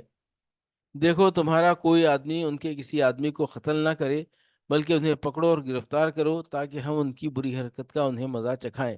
لیکن اسے اس غرور کی حقیقت کا بہت جلد پتہ لگ گیا، کیونکہ چند ہی لمحے بعد مسلمانوں کے جوابی حملے کی تندی کے سامنے مشرکین کی صفیں پھٹنا شروع ہو گئیں۔ البتہ ابو جہل اب بھی اپنے گرد مشرکین کا ایک غول لیے جمع ہوا تھا۔ اس غول نے ابو جہل کے چاروں طرف تلواروں کی باڑھ اور نیزوں کا جنگل قائم کر رکھا تھا، لیکن اسلامی ہجوم کی آندھی نے اس باڑھ کو بھی بکھیر دیا اور اس جنگل کو بھی اکھیڑ دیا۔ اس کے بعد یہ طاغوت اکبر دکھائی پڑا۔ مسلمانوں نے دیکھا کہ وہ ایک گھوڑے پر چکر کاٹ رہا ہے، ادھر اس کی موت دو انصاری جوانوں کے ہاتھوں اس کا خون چوسنے کی منتظر تھی۔ ابو جہل کا قتل۔ حضرت عبد الرحمن بن عوف رضی اللہ عنہ کا بیان ہے کہ میں جنگ بدر کے روز صف کے اندر تھا کہ اچانک مڑا تو کیا دیکھتا ہوں کہ دائیں بائیں دو نوعمر جوان ہیں۔ گویا ان کی موجودگی سے میں حیران ہو گیا کہ اتنے میں ایک نے اپنے ساتھی سے چھپا کر مجھ سے کہا، چاچا جان، مجھے ابو جہل کو دکھلا دیجئے۔ میں نے کہا، بھتیجے تم اسے کیا کرو گے؟ اس نے کہا، مجھے بتایا گیا ہے کہ وہ رسول اللہ صلی اللہ علیہ وسلم کو گالی دیتا ہے۔ اس ذات کی قسم جس کے ہاتھ میں میری جان ہے، اگر میں نے اس کو دیکھ لیا تو میرا وجود اس کے وجود سے الگ نہ ہوگا، یہاں تک کہ ہم میں جس کی موت پہلے لکھی ہے وہ مر جائے۔ وہ کہتے ہیں کہ مجھے اس پر تعجب ہوا۔ اتنے میں دوسرے شخص نے مجھے اشارے سے متوجہ کر کے یہی بات کہی۔ ان کا بیان ہے کہ میں نے چند ہی لمحوں بعد دیکھا کہ ابو جہل لوگوں کے درمیان چکر کاٹ رہا ہے۔ میں نے کہا، ارے دیکھتے نہیں، یہ رہا تم دونوں کا شکار جس کے بارے میں تم پوچھ رہے تھے۔ ان کا بیان ہے کہ یہ سنتے ہی وہ دونوں اپنی تلواریں لیے جھپٹ پڑے اور اسے مار کر قتل کر دیا۔ پھر پلٹ کر رسول اللہ صلی اللہ علیہ وسلم کے پاس آئے۔ آپ نے فرمایا، تم میں سے کس نے قتل کیا؟ دونوں نے کہا، میں نے قتل کیا ہے۔ آپ نے فرمایا، اپنی اپنی تلواریں پہنچ چکے ہو؟ بولے نہیں۔ آپ نے دونوں کی تلواریں دیکھی اور فرمایا، تم دونوں نے قتل کیا ہے۔ البتہ ابو جہل کا سامان معاذ بن عمر بن جموح کو دیا۔ دونوں حملہ آوروں کا نام معاذ بن عمر بن جموح اور معاذ بن افرا ہے۔ ابن اسحاق کا بیان ہے کہ معاذ بن عمر بن جموح نے بتلایا کہ میں نے مشرکین کو سنا، وہ ابو جہل کے بارے میں جو گھنے درختوں جیسی نیزوں اور تلواروں کی باڑ میں تھا، کہہ رہے تھے ابو الحکم تک کسی کی رسائی نہ ہو۔ معاذ بن عمر کہتے ہیں، جب میں نے یہ بات سنی تو اسے اپنے نشانے پر لے لیا اور اس کی سمت جمع رہا۔ جب گنجائش ملی تو میں نے حملہ کر دیا اور ایسی ضرب لگائی کہ اس کا پاؤں نصف پنڈلی سے اڑ گیا۔ واللہ جس وقت یہ پاؤں اڑا ہے تو میں اس کی تشبیہ صرف اس گھٹلی سے دے سکتا ہوں جو مسل کی مار پڑنے پر جھٹک کر اڑ جائے۔ ان کا بیان ہے، ادھر میں نے ابو جہل کو مارا اور ادھر اس کے بیٹے اکرمہ نے میرے کندھے پر تلوار چلائی، جس سے میرا ہاتھ کٹ کر میرے بازو کے چمڑے سے لٹک گیا۔ لڑائی میں مخل ہونے لگا۔ میں نے اسے اپنے ساتھ گھسیٹتے ہوئے سارا دن لڑا، لیکن جب وہ مجھے اذیت پہنچانے لگا تو میں نے اس پر اپنا پاؤں رکھا اور اسے زور سے کھینچ کر الگ کر دیا۔ اس کے بعد ابو جہل کے پاس معوذ بن افرا پہنچے۔ وہ زخمی تھا۔ انہوں نے اسے ایسی ضرب لگائی کہ وہ وہیں ڈھیر ہو گیا، صرف سانس آتی جاتی رہی۔ اس کے بعد معوذ بن افرا خود بھی لڑتے ہوئے شہید ہو گئے۔ جب معرکہ ختم ہو گیا تو رسول اللہ صلی اللہ علیہ وسلم نے فرمایا، کون ہے جو دیکھے کہ ابو جہل کا انجام کیا ہوا؟ اس پر صحابہ کرام اس کی تلاش میں بکھر گئے۔ حضرت عبداللہ بن مسعود رضی اللہ عنہ نے اسے اس حالت میں پایا کہ ابھی سانس آ جا رہی تھی۔ انہوں نے اس کی گردن پر پاؤں رکھا اور سر کاٹنے کے لیے داڑھی پکڑی اور فرمایا، او اللہ کے دشمن، آخر اللہ نے تجھے رسوا کیا نا؟ اس نے کہا، مجھے کہا ہے کہ رسوا کیا؟ کیا جس شخص کو تم لوگوں نے قتل کیا ہے اس سے بھی بلند پایا کوئی آدمی ہے؟ یا جس کو تم لوگوں نے قتل کیا ہے کیا اس سے بھی اوپر کوئی آدمی ہے؟ پھر بولا، کاش مجھے کسانوں کے بجائے کسی اور نے قتل کیا ہوتا۔ اس کے بعد کہنے لگا، مجھے بتاؤ آج فتح کس کی ہوئی؟ حضرت عبداللہ بن مسعود نے فرمایا، اللہ اس کے رسول کی۔ اس کے بعد حضرت عبداللہ بن مسعود سے، جو اس کی گردن پر پاؤں رکھ چکے تھے، کہنے لگا، او بکری کے چرواہے، تو بڑی اونچی اور مشکل جگہ پر چڑھ گیا ہے۔ واضح رہے کہ عبداللہ بن مسعود رضی اللہ عنہ مکے میں بکریاں چرایا کرتے تھے۔ اس گفتگو کے بعد حضرت عبداللہ بن مسعود رضی اللہ عنہ نے اس کا سر کاٹ لیا اور رسول اللہ صلی اللہ علیہ وسلم کی خدمت میں لا کر حاضر کرتے ہوئے عرض کیا، یا رسول اللہ، یہ رہا اللہ کے دشمن ابو جہل کا سر۔ آپ نے 3 بار فرمایا، واقعی اس خدا کی قسم جس کے سوا کوئی معبود نہیں۔ اس کے بعد فرمایا، اللہ اکبر، الحمد للہ الذی صدق وعدہ و نصر عبدہ و حزم الاحزاب وحدہ۔ اللہ اکبر، تمام حمد اللہ کے لیے ہے جس نے اپنا وعدہ سچ کر دکھایا، اپنے بندے کی مدد فرمائی اور تنہا سارے گروہوں کو شکست دی۔ پھر فرمایا، چلو مجھے اس کی لاش دکھاؤ۔ ہم نے آپ کو لے جا کر لاش دکھائی۔ آپ نے فرمایا، یہ اس امت کا فرعون ہے۔ ایمان کے تابناک نقوش۔ حضرت عمیر بن الحمام اور حضرت عوف بن حارث ابن افرا کے ایمان افروز کارناموں کا ذکر پچھلے صفحات میں آ چکا ہے۔ حقیقت یہ ہے کہ اس معرکے میں قدم قدم پر ایسے مناظر پیش آئے جن میں عقیدے کی قوت اور اصول کی پختگی نمایاں اور جلوہ گر تھی۔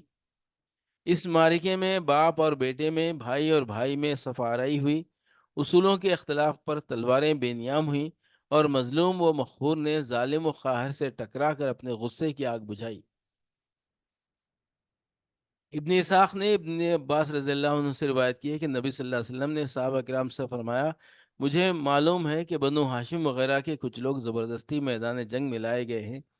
انہیں ہماری جنگ سے کوئی سروکار نہیں، لہٰذا بنو ہاشم کا کوئی آدمی کسی کے زد میں آ جائے تو وہ اسے قتل نہ کرے، اور ابو الجنتری بن ہشام کسی کے زد میں آ جائے تو وہ اسے قتل نہ کرے۔ اور عباس بن عبد المطلب کسی کی زد میں آ جائیں تو وہ بھی انہیں قتل نہ کریں، کیونکہ وہ بالجبر لائے گئے ہیں۔ اس پر اتبا کے صاحبزادے حضرت ابو حذیفہ رضی اللہ عنہ نے کہا، کیا ہم اپنے باپ، بیٹوں، بھائیوں اور کنبے قبیلے کے لوگوں کو قتل کریں گے اور عباس کو چھوڑ دیں گے؟ خدا کی قسم، اگر اس سے میری مٹ بھیڑ ہو گئی تو میں تو اسے تلوار کے لگام پہنا دوں گا۔ یہ خبر رسول اللہ صلی اللہ علیہ وسلم کو پہنچی تو آپ نے عمر بن خطاب رضی اللہ عنہ سے فرمایا، کیا رسول اللہ صلی اللہ علیہ وسلم کے چچا کے چہرے پر تلوار ماری جائے گی؟ حضرت عمر رضی اللہ عنہ نے کہا، یا رسول اللہ، مجھے چھوڑیے، میں تلوار سے اس شخص کی گردن اڑا دوں، کیونکہ بخدا یہ شخص منافق ہو گیا ہے۔ بعد میں ابو حذیفہ رضی اللہ عنہ کہا کرتے تھے، اس دن میں نے جو بات کہہ دی تھی اس کی وجہ سے میں مطمئن نہیں ہوں، برابر خوف لگا رہتا ہے، صرف یہی صورت ہے کہ میری شہادت اس کا کفارہ بن جائے۔ اور بالآخر وہ یمامہ کی جنگ میں شہید ہو ہی گئے۔ ابو الجنتری کو قتل کرنے سے اس لیے منع کیا گیا تھا کہ مکے میں یہ شخص سب سے زیادہ رسول اللہ صلی اللہ علیہ وسلم کی اظہار ثانی سے اپنا ہاتھ روکے ہوئے تھا، آپ کو کسی قسم کی تکلیف نہ پہنچاتا تھا اور نہ اس کی طرف سے کوئی ناگوار بات سننے میں آتی تھی، اور یہ ان لوگوں میں سے تھا جنہوں نے بنی ہاشم اور بنی مطلب کے بائیکاٹ کا صحیفہ چاک کیا تھا، لیکن ان سب کے باوجود ابو الجنتری قتل کر دیا گیا۔ ہوا یہ کہ حضرت مجزر بن زیاد بلوی سے اس کی مٹ بھیڑ ہو گئی، اس کے ساتھ اس کا ایک اور ساتھی بھی تھا، دونوں ساتھ ساتھ لڑ رہے تھے۔ حضرت مجزر نے کہا، ابو الجنتری، رسول اللہ صلی اللہ علیہ وسلم نے ہمیں آپ کو قتل کرنے سے منع کیا ہے۔ اس نے کہا، اور میرا ساتھی؟ حضرت مجزر نے کہا، نہیں، بخدا ہم آپ کے ساتھی کو نہیں چھوڑ سکتے۔ اس نے کہا، خدا کی قسم، تب میں اور وہ دونوں مریں گے۔ اس کے بعد دونوں نے لڑائی شروع کی، مجزر نے مجبوراً اسے بھی قتل کر دیا۔ مکے کے اندر جاہلیت کے زمانے سے حضرت عبد الرحمن بن عوف رضی اللہ عنہ اور امیہ بن خلف میں باہم دوستی تھی۔ جنگ بدر کے روز امیہ اپنے لڑکے علی کا ہاتھ پکڑے کھڑا تھا کہ اتنے میں ادھر سے حضرت عبد الرحمن بن عوف کا گزر ہوا۔ وہ دشمن سے کچھ زرہیں چھین کر لادے لیے جا رہے تھے۔ امیہ نے انہیں دیکھ کر کہا، کیا تمہیں میری ضرورت ہے؟ میں تمہاری ان زرہوں سے بہتر ہوں، آج جیسا منظر تو میں نے دیکھا ہی نہیں۔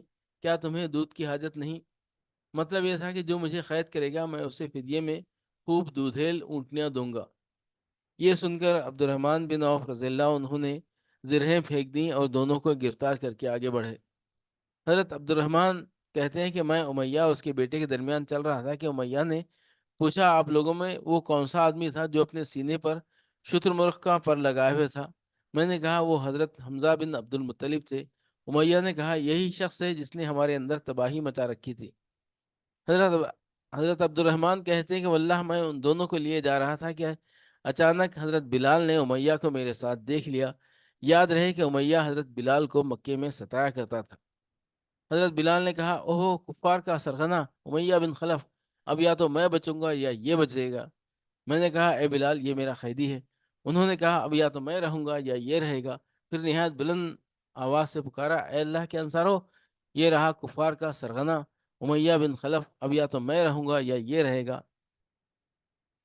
حضرت عبد الرحمن کہتے ہیں کہ اتنے میں لوگوں نے ہمیں کنگن کی طرح گھیرے میں لے لیا۔ میں ان کا بچاؤ کر رہا تھا، مگر ایک آدمی نے تلوار سونت کر اس کے بیٹے کے پاؤں پر ضرب لگائی اور وہ تیورا کر گر گیا۔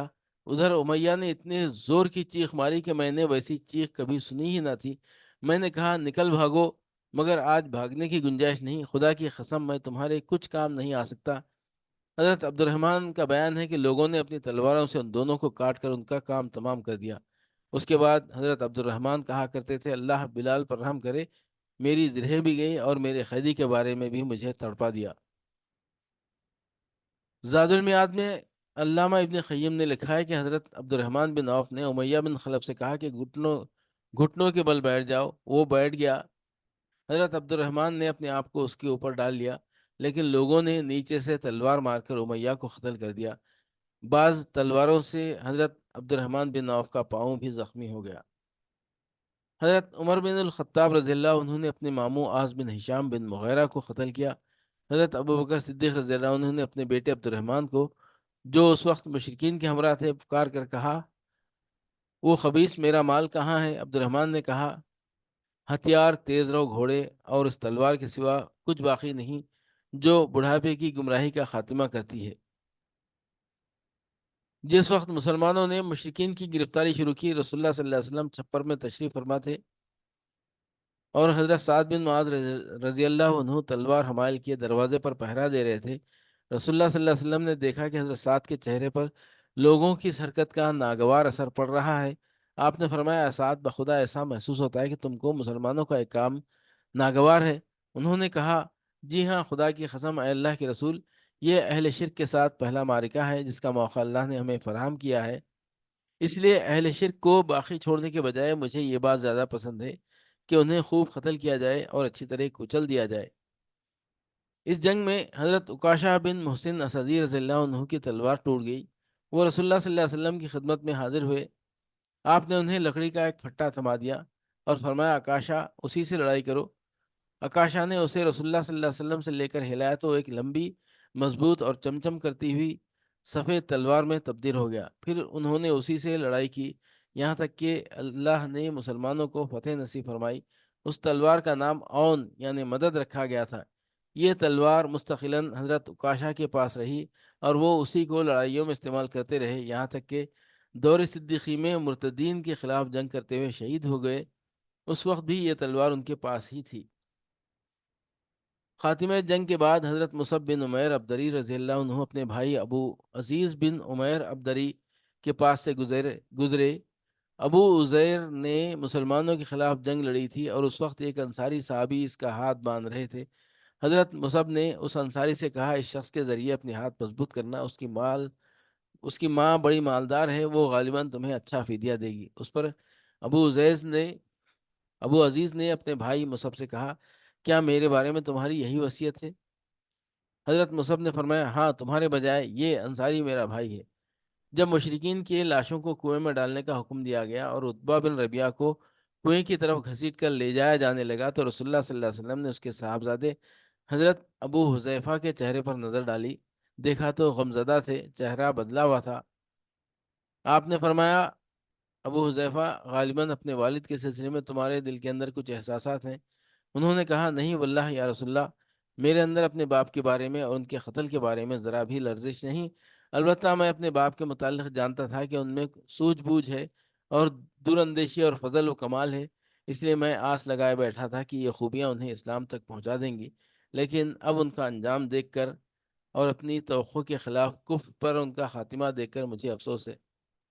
اس پر رسول اللہ صلی اللہ علیہ وسلم نے حضرت ابو حذیفہ کے حق میں دعائے خیر فرمائی اور ان سے بھلی بات کہی۔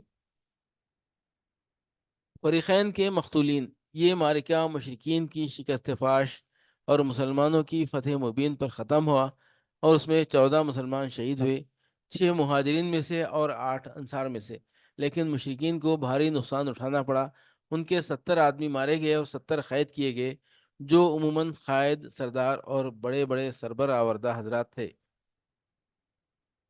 خاتمہ جنگ کے بعد رسول اللہ صلی اللہ علیہ وسلم نے مقتولین کے پاس کھڑے ہو کر فرمایا، تم لوگ اپنے نبی کے لیے کتنا برا کنبہ اور قبیلہ تھے۔ تم نے مجھے جھٹلایا جبکہ اوروں نے میری تصدیق کی۔ تم نے مجھے بے یار و مددگار چھوڑا جبکہ اوروں نے میری تائید کی۔ تم نے مجھے نکالا جبکہ اوروں نے مجھے پناہ دی۔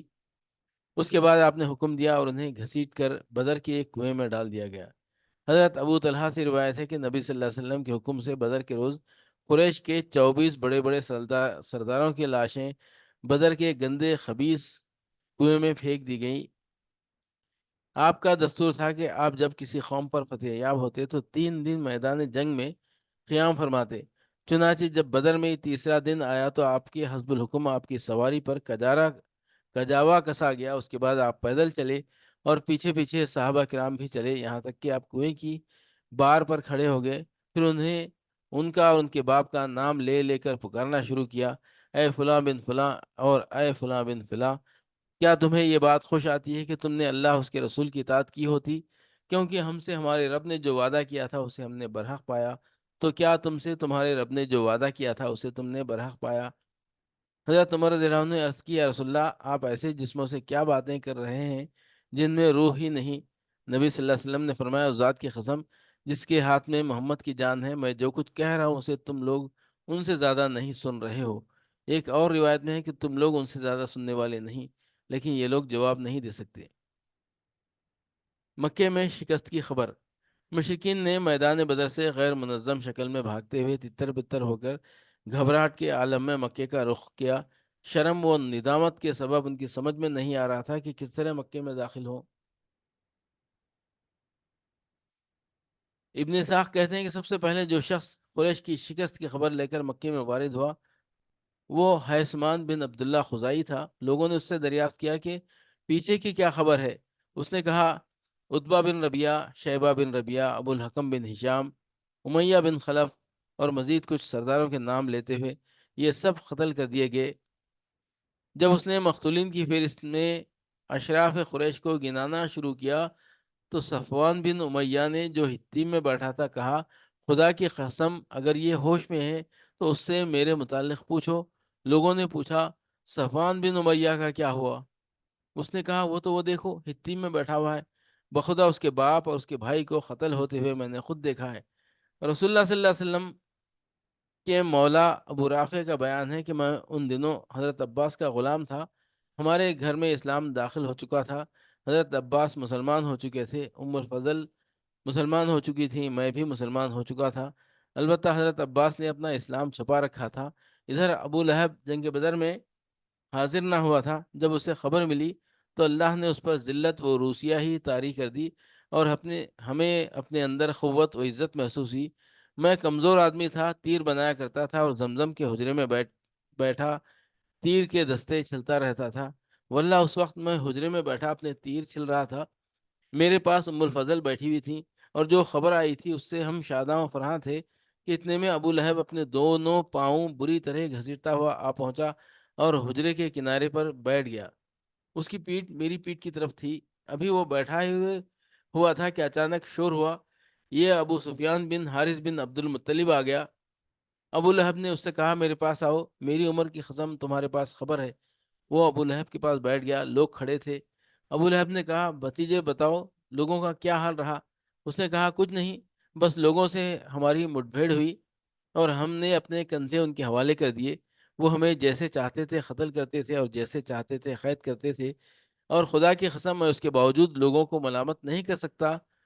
در حقیقت ہماری مٹ بھیڑ کچھ ایسے گورے چٹے لوگوں سے ہوئی تھی جو آسمان و زمین کے درمیان چتکبرے گھوڑوں پر سوار تھے۔ خدا کی قسم نہ وہ کسی چیز کو چھوڑتے تھے اور نہ کوئی چیز ان کے مقابل ٹک پاتی تھی۔ ابو رافع کہتے ہیں کہ میں نے اپنے ہاتھ سے خیمے کا کنارہ اٹھایا، پھر کہا وہ خدا کی قسم فرشتے تھے۔ یہ سن کر ابو لہب نے اپنا ہاتھ اٹھایا اور میرے چہرے پر زوردار تھپڑ رسید کیا۔ میں اس سے لڑ پڑا لیکن اس نے مجھے اٹھا کر زمین پر پٹک دیا، پھر میرے اوپر گھٹنے کے بل بیٹھ کر مجھے مارنے لگا۔ میں کمزور جو ٹھہرا، لیکن اتنے میں ام الفضل نے اٹھ کر خیمے کا ایک کھمبا لیا اور اسے ایسی ضرب ماری کہ ضرب سر میں بری طرح چوٹ آ گئی، اور ساتھ ہی بولی اس کا مالک نہیں ہے اس لیے اسے کمزور سمجھ رکھا ہے۔ ابو لہب رسوا ہو کر اٹھا اور چلا گیا۔ اس کے بعد خدا کی قسم صرف 7 راتیں گزری تھیں کہ اللہ نے اسے عدسہ، ایک قسم کے طاعون میں مبتلا کر دیا، اس کا خاتمہ کر دیا۔ عدسہ کی گلٹی کو عرب بہت منحوس سمجھتے تھے، چنانچہ مرنے کے بعد اس کے بیٹوں نے بھی اسے یوں ہی چھوڑ دیا اور وہ 3 روز تک بے گور و کفن پڑا رہا۔ کوئی اس کے قریب نہ جاتا تھا اور نہ اس کی تدفین کی کوشش کرتا تھا۔ جب اس کے بیٹوں کو خطرہ محسوس ہوا کہ اس طرح چھوڑنے پر لوگ انہیں ملامت کریں گے تو ایک گڑھا کھود کر اسی میں لکڑی سے اس کی لاش ڈھکیل دی اور دور ہی سے پتھر پھینک پھینک کر چھپا دی۔ غرض اس طرح اہل مکہ کو میدان بدر کی شکست فاش کی خبر ملی اور ان کی طبیعت پر اس کا نہایت برا اثر پڑا، حتیٰ کہ انہوں نے مقتولین پر نوحہ کرنے کی ممانعت کر دی تاکہ مسلمانوں کو ان کے غم پر خوش ہونے کا موقع نہ ملے۔ اس سلسلے کا ایک دلچسپ واقعہ یہ ہے کہ جنگ بدر میں اسود بن عبد المطلب کے تین بیٹے مارے گئے، اس لیے وہ ان پر رونا چاہتا تھا۔ وہ اندھا آدمی تھا۔ ایک رات اس نے ایک نوحہ کرنے والی عورت کی آواز سنی، جھٹ اپنے غلام کو بھیجا اور کہا ذرا دیکھو کیا نوحہ کرنے کی اجازت مل گئی ہے؟ کیا قریش اپنے مقتولین پر رو رہے ہیں تاکہ میں بھی اپنے بیٹے ابو حکیمہ پر روؤں کیونکہ میرا سینہ جل رہا ہے؟ غلام نے واپس آ کر بتایا کہ یہ عورت تو اپنے ایک گم شدہ اونٹ پر رو رہی ہے۔ اسود یہ سن کر اپنے آپ پر قابو نہ پا سکا اور بے اختیار کہہ پڑا کیا وہ اس بات پر روتی ہے کہ اس کا اونٹ غائب ہو گیا اور اس پر بے خوابی نے اس کی نیند حرام کر رکھی ہے؟ تو اونٹ پر نہ رو بلکہ بدر پر رو، جہاں قسمتیں پھوٹ گئیں۔ ہاں ہاں، بدر پر رو، جہاں بنی حسیس، بنی مخزوم اور ابو الولید کے قبیلے کے سربراہ آوردہ افراد ہے۔ اگر رونا ہی ہے تو عقیل پر رو اور حارث پر رو جو شیروں کا شیر تھا، تو ان لوگوں پر رو اور سب کے نام نہ لے، اور ابو حکیمہ کا تو کوئی ہمسر ہی نہ تھا۔ دیکھو ان کے بعد ایسے ایسے لوگ سردار ہو گئے کہ اگر بدر کا دن نہ ہوتا تو وہ سردار نہ ہو سکتے تھے۔ مدینے میں فتح کی خوشخبری۔ ادھر مسلمانوں کی فتح مکمل ہو چکی تو رسول اللہ صلی اللہ علیہ وسلم نے اہل مدینہ کو جلد از جلد خوشخبری دینے کے لیے دو قاصد روانہ فرمائے۔ یہ ایک حضرت عبداللہ بن رواحہ رضی اللہ عنہ، جنہیں اوالی بالائی مدینے کے باشندوں کے پاس بھیجا گیا تھا، اور دوسرے حضرت زید بن حارثہ رضی اللہ عنہ، جنہیں زیریں مدینے کے باشندوں کے پاس بھیجا گیا تھا۔ اس دوران یہود اور منافقین نے جھوٹے پروپیگنڈے کر کر کے مدینے میں ہلچل برپا کر رکھی، یہاں تک کہ یہ خبر بھی اڑا رکھی تھی کہ نبی صلی اللہ علیہ وسلم قتل کر دیے گئے ہیں۔ چنانچہ جب ایک منافق نے حضرت زید بن حارثہ رضی اللہ عنہ کو نبی صلی اللہ علیہ وسلم کی اونٹنی خصفہ پر سوار آتے دیکھا تو بول پڑا، واقعی محمد قتل کر دیے گئے ہیں، دیکھو یہ تو انہی کی اونٹنی ہے، ہم اسے پہچانتے ہیں، اور یہ زید بن حارثہ ہے، شکست کھا کر بھاگا ہے اور اس قدر مروب ہے کہ اس کی سمجھ میں نہیں آتا کہ کیا کہے۔ بہرحال جب دونوں قاصد پہنچے تو مسلمانوں نے انہیں گھیر لیا اور ان سے تفصیلات سننے لگے، حتیٰ کہ انہیں یقین آ گیا کہ مسلمان فتح یاب ہوئے ہیں۔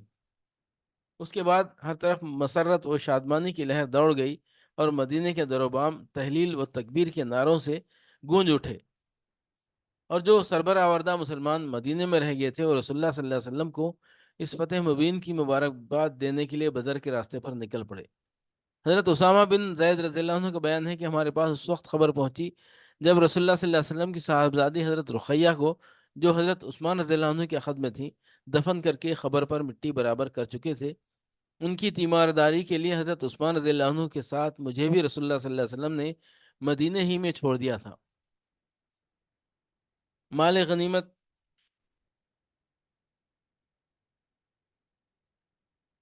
مال غنیمت کا مسئلہ۔ رسول اللہ صلی اللہ علیہ وسلم نے معرکہ ختم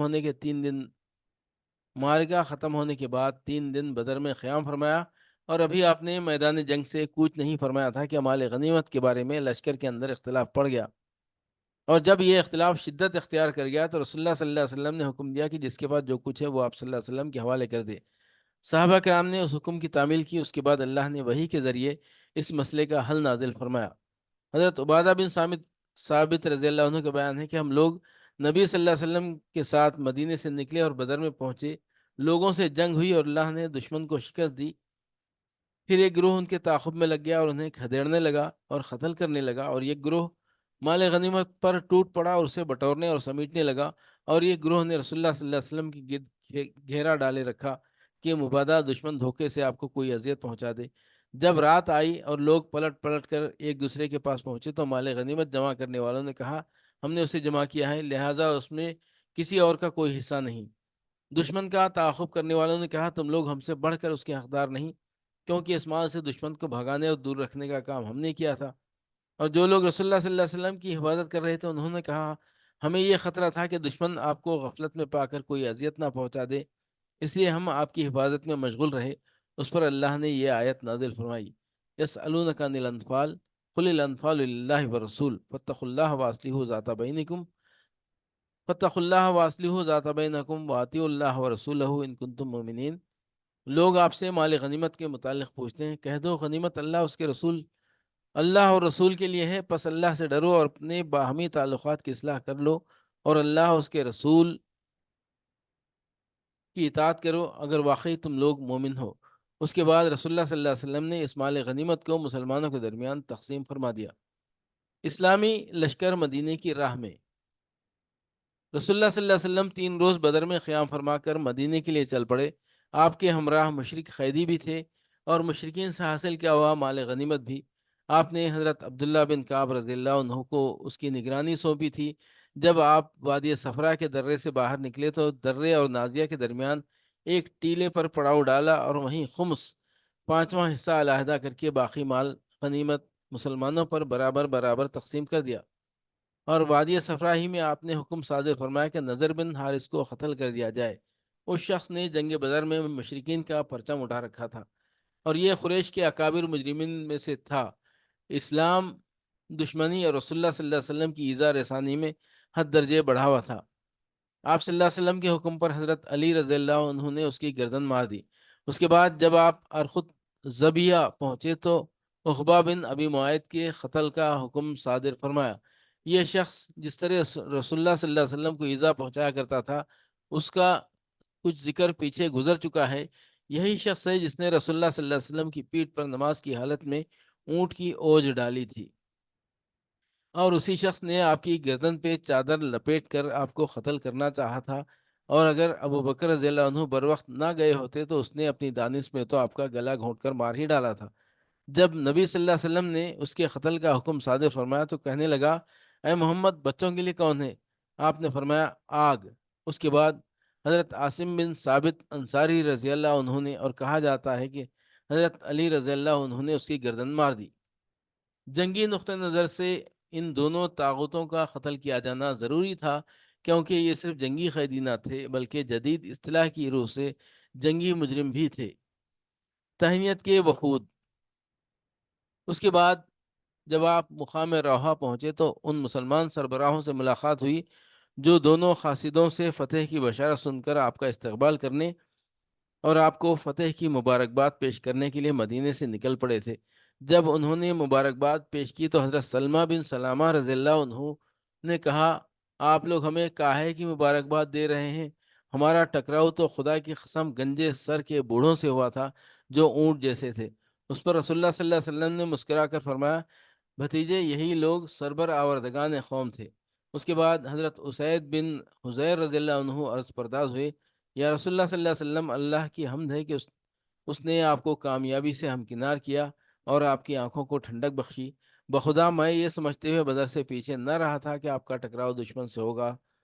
میں تو سمجھ رہا تھا کہ بس قافلے کا معاملہ ہے، اور اگر میں یہ سمجھتا کہ دشمن سے سابقہ پڑے گا تو میں پیچھے نہ رہتا۔ رسول اللہ صلی اللہ علیہ وسلم نے فرمایا، سچ کہتے ہو۔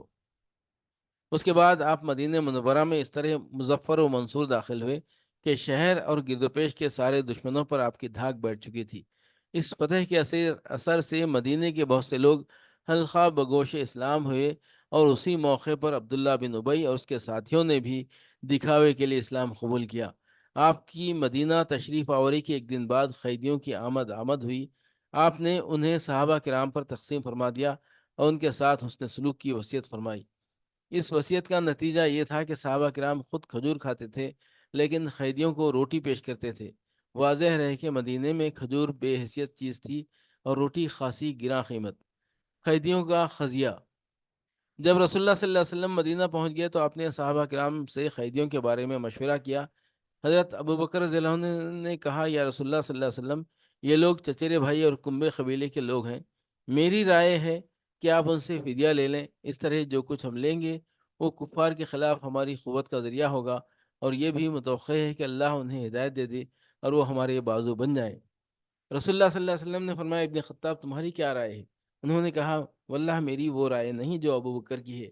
میری رائے یہ ہے کہ آپ فلاں کو، جو حضرت عمر کا قریبی تھا، میرے حوالے کریں اور میں اس کی گردن مار دوں۔ عقیل بن ابی طالب کو علی کے حوالے کریں اور وہ اس کی گردن ماریں، اور فلاں کو جو حمزہ کا بھائی ہے حمزہ کے حوالے کریں اور وہ اس کی گردن مار دیں، یہاں تک کہ اللہ کو معلوم ہو جائے کہ ہمارے دلوں میں مشرکین کے لیے نرم گوشہ نہیں ہے، اور یہ حضرات مشرکین کے سنادید و ائمہ اور قائدین ہیں۔ حضرت عمر رضی اللہ عنہ کا بیان ہے کہ رسول اللہ صلی اللہ علیہ وسلم نے ابو بکر رضی اللہ عنہ کی بات پسند فرمائی اور میری بات پسند نہیں فرمائی، چنانچہ قیدیوں سے فدیہ لینا طے کر لیا۔ اس کے بعد اگلا دن آیا تو میں صبح ہی صبح رسول اللہ صلی اللہ علیہ وسلم اور ابو بکر کی خدمت میں حاضر ہوا۔ وہ دونوں رو رہے تھے۔ میں نے کہا، اے اللہ کے رسول، مجھے بتائیں، اور آپ اور آپ کے ساتھی کیوں رو رہے ہیں؟ اگر مجھے بھی رونے کی وجہ ملی تو روؤں گا، اور اگر نہ مل سکی تو آپ حضرات کے رونے کی وجہ سے روؤں گا۔ رسول اللہ صلی اللہ علیہ وسلم نے فرمایا، فدیہ قبول کرنے کی وجہ سے تمہارے اصحاب پر جو چیز پیش کی گئی ہے اسی کی وجہ سے رو رہا ہوں۔ اور آپ نے ایک قریبی درخت کی طرف اشارہ کرتے ہوئے فرمایا، مجھ پر ان کا عذاب اس درخت سے بھی زیادہ قریب پیش کیا گیا۔ اور اللہ نے یہ آیت نازل فرمائی، ما کان لنبی ان یکون له اسرا حتی یسخن فی الارض تریدون ارض الدنیا واللہ یرید الاخرہ واللہ عزیز حکیم، لولا کتاب من اللہ سبق لمسکم فیما اخذتم عذاب عظیم۔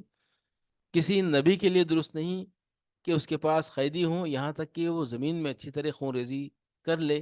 تم لوگ دنیا کا سامان چاہتے ہو اور اللہ آخرت چاہتا ہے، اور اللہ غالب اور حکمت والا ہے۔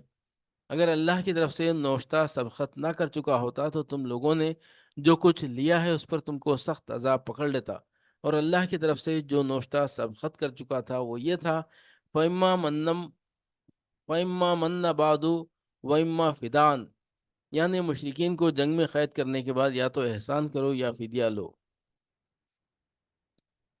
چونکہ اس نوشتے میں قیدیوں سے فدیہ لینے کی اجازت دی گئی ہے، اس لیے صحابہ کرام کو قبول فدیہ پر سزا نہیں دی گئی بلکہ صرف سرزنش کی گئی، اور یہ بھی اس لیے کہ انہوں نے کفار کو اچھی طرح کچلنے سے پہلے قیدی بنا لیا تھا، اور اس لیے بھی کہ انہوں نے ایسے ایسے مجرمین جنگ سے فدیہ لینا قبول کر لیا تھا جو صرف جنگی قیدی نہ تھے بلکہ جنگ کے ایسے اکابر مجرمین تھے جنہیں جدید قانون بھی مقدمہ چلائے بغیر نہیں چھوڑتا، اور جن کے متعلق مقدمے کا فیصلہ عموماً سزائے موت یا عمر قید کی صورت میں نمودار ہوتا ہے۔ بہرحال چونکہ حضرت ابو بکر رضی اللہ عنہ کی رائے کے مطابق معاملہ طے ہو چکا تھا، اس لیے مشرکین سے فدیہ لیا گیا۔ فدیے کی مقدار 4,000 اور 3,000 درہم سے لے کر 1,000 درہم تک تھی۔ اہل مکہ لکھنا پڑھنا بھی جانتے تھے جبکہ اہل مدینہ لکھنے پڑھنے سے واقف نہ تھے، اس لیے یہ بھی طے کیا گیا کہ جس کے پاس فدیہ نہ ہو وہ مدینے کے 10 بچوں کو لکھنا پڑھنا سکھا دے، جب یہ بچے اچھی طرح سیکھ جائیں تو یہی اس کا فدیہ ہوگا۔ رسول اللہ صلی اللہ علیہ وسلم نے کئی قیدیوں پر احسان بھی فرمایا اور انہیں فدیہ لیے بغیر رہا کر دیا۔ اس فہرست میں مطلب بن حنطب، سیفی بن ابی رفا اور ابو عزا جمحی کے نام آتے ہیں۔ آخر اس ذکر کو آئندہ جنگ احد میں قید اور قتل کیا گیا، تفصیل آگے آ رہی ہے۔ آپ نے اپنے داماد ابو العاص کو بھی اس شرط پر بلا فدیہ چھوڑ دیا کہ وہ حضرت زینب کی راہ نہ روکیں گے۔ اس کی وجہ یہ ہوئی کہ حضرت زینب نے ابو العاص کے فدیے میں کچھ مال بھیجا تھا جس میں ایک ہار بھی تھا۔ یہ ہار در حقیقت حضرت خدیجہ رضی اللہ عنہا کا تھا، اور جب انہوں نے حضرت زینب کو ابو العاص کے پاس رخصت کیا تھا تو یہ ہار انہیں دے دیا تھا۔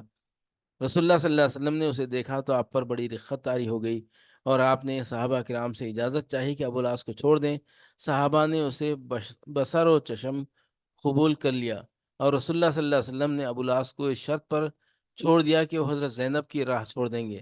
چنانچہ حضرت ابو العاص نے ان کا راستہ چھوڑ دیا اور حضرت زینب نے ہجرت فرمائی۔ رسول اللہ صلی اللہ علیہ وسلم نے حضرت زید بن حارثہ اور ایک انصاری صحابی کو بھیج دیا کہ تم دونوں بطن یاجج میں رہنا، جب زینب تمہارے پاس سے گزرے تو ساتھ ہو لینا۔ یہ دونوں حضرات تشریف لے گئے اور حضرت زینب کو ساتھ لے کر مدینہ واپس آئے۔ حضرت زینب کی ہجرت کا واقعہ بڑا طویل اور المناک ہے۔ قیدیوں میں سہیل بن عمرو بھی تھا جو بڑا زبان آور خطیب تھا۔ حضرت عمر نے کہا، اے اللہ کے رسول، سہیل بن عمرو کے اگلے 2 دانت توڑا دیجئے، اس کی زبان لپٹ جایا کرے گی اور کسی جگہ خطیب بن کر آپ کے خلاف کبھی کھڑا نہ ہو سکے گا۔ لیکن رسول اللہ صلی اللہ علیہ وسلم نے ان کی یہ گزارش مسترد کر دی، کیونکہ یہ مسئلے کے ضمن میں آتا ہے جس پہ قیامت کے روز اللہ کی طرف سے پکڑ کا خطرہ تھا۔ حضرت سعد بن نعمان رضی اللہ عنہ عمرہ کرنے کے لیے نکلے تو انہیں ابو سفیان نے قید کر لیا۔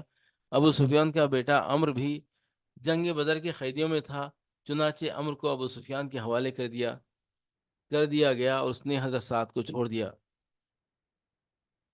قرآن کا تبصرہ۔ اسی غزوے کے تعلق سے سورہ انفال نازل ہوئی جو در حقیقت اس غزوے پر ایک خدائی تبصرہ ہے۔ اگر یہ تعبیر صحیح ہو اور یہ تبصرہ بادشاہوں اور کمانڈروں وغیرہ کے فاتحانہ تبصروں سے بالکل ہی جداگانہ ہے۔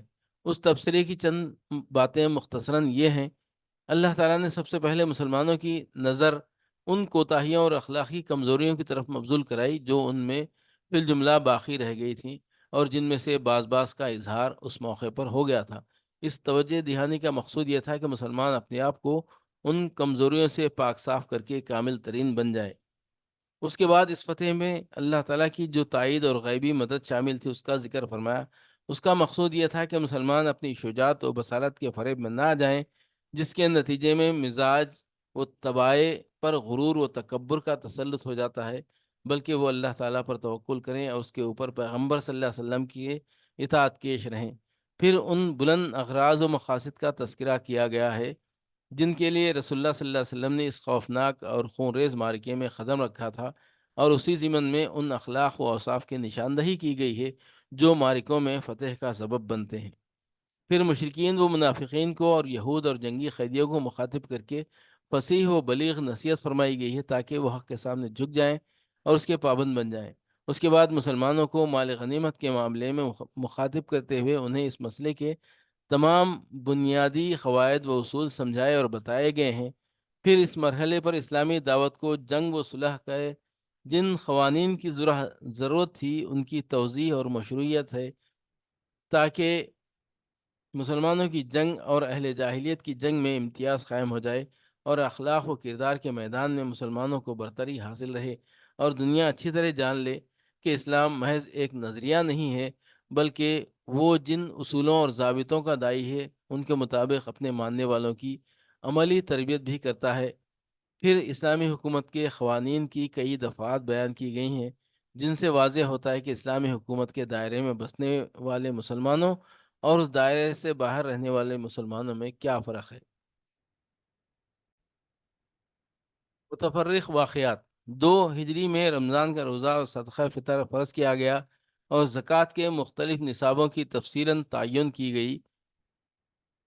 صدقہ فطر کی فرضیت اور زکوٰۃ کے نصاب کی تعین سے اس بوجھ اور مشقت میں بڑی کمی آ گئی جس سے فقراء و مہاجرین کی بڑی تعداد دوچار تھی، کیونکہ وہ طلب رزق کے لیے زمین میں دوڑ دھوپ کے امکانات سے محروم تھے۔ پھر نہایت نفیس موقع اور خوشگوار اتفاق یہ تھا کہ مسلمانوں نے اپنی زندگی میں پہلی عید جو منائی وہ شوال 2 ہجری کی عید تھی، جو جنگ بدر کی فتح مبین کے بعد پیش آئی۔ کتنی خوشگوار تھی یہ عید سعید جس کی سعادت اللہ تعالیٰ نے مسلمانوں کے سر پر فتح و عزت کا تاج رکھنے کے بعد عطا فرمائی، اور کتنا ایمان افروز تھا اس نماز عید کا منظر جسے مسلمانوں نے اپنے گھروں سے نکل کر تکبیر و توحید اور تحمید و تسبیح کی آوازیں بلند کرتے ہوئے میدان میں جا کر ادا کیا تھا۔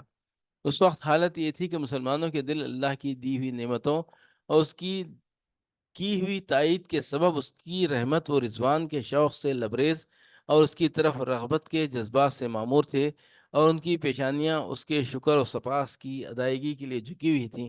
اللہ تعالیٰ نے اس نعمت کا ذکر اس آیت میں فرمایا ہے: وَاذْكُرُوا إِذْ أَنْتُمْ قَلِيلٌ مُّسْتَضْعَفُونَ فِي الْأَرْضِ تَخَافُونَ أَن يَتَخَطَّفَكُمُ النَّاسُ فَآوَاكُمْ وَأَيَّدَكُمْ بِنَصْرِهِ وَرَزَقَكُم مِّنَ الطَّيِّبَاتِ لَعَلَّكُمْ تَشْكُرُونَ۔ اور یاد کرو جب تم تھوڑے تھے، زمین میں کمزور بنا کر رکھے گئے تھے، ڈرتے تھے کہ لوگ تمہیں اچک لے جائیں گے، پس اس نے تمہیں ٹھکانہ مرحمت فرمایا اور اپنی مدد کے ذریعے تمہاری تائید کی اور تمہیں پاکیزہ چیزوں سے روزی دی تاکہ تم لوگ اس کا شکر ادا کرو۔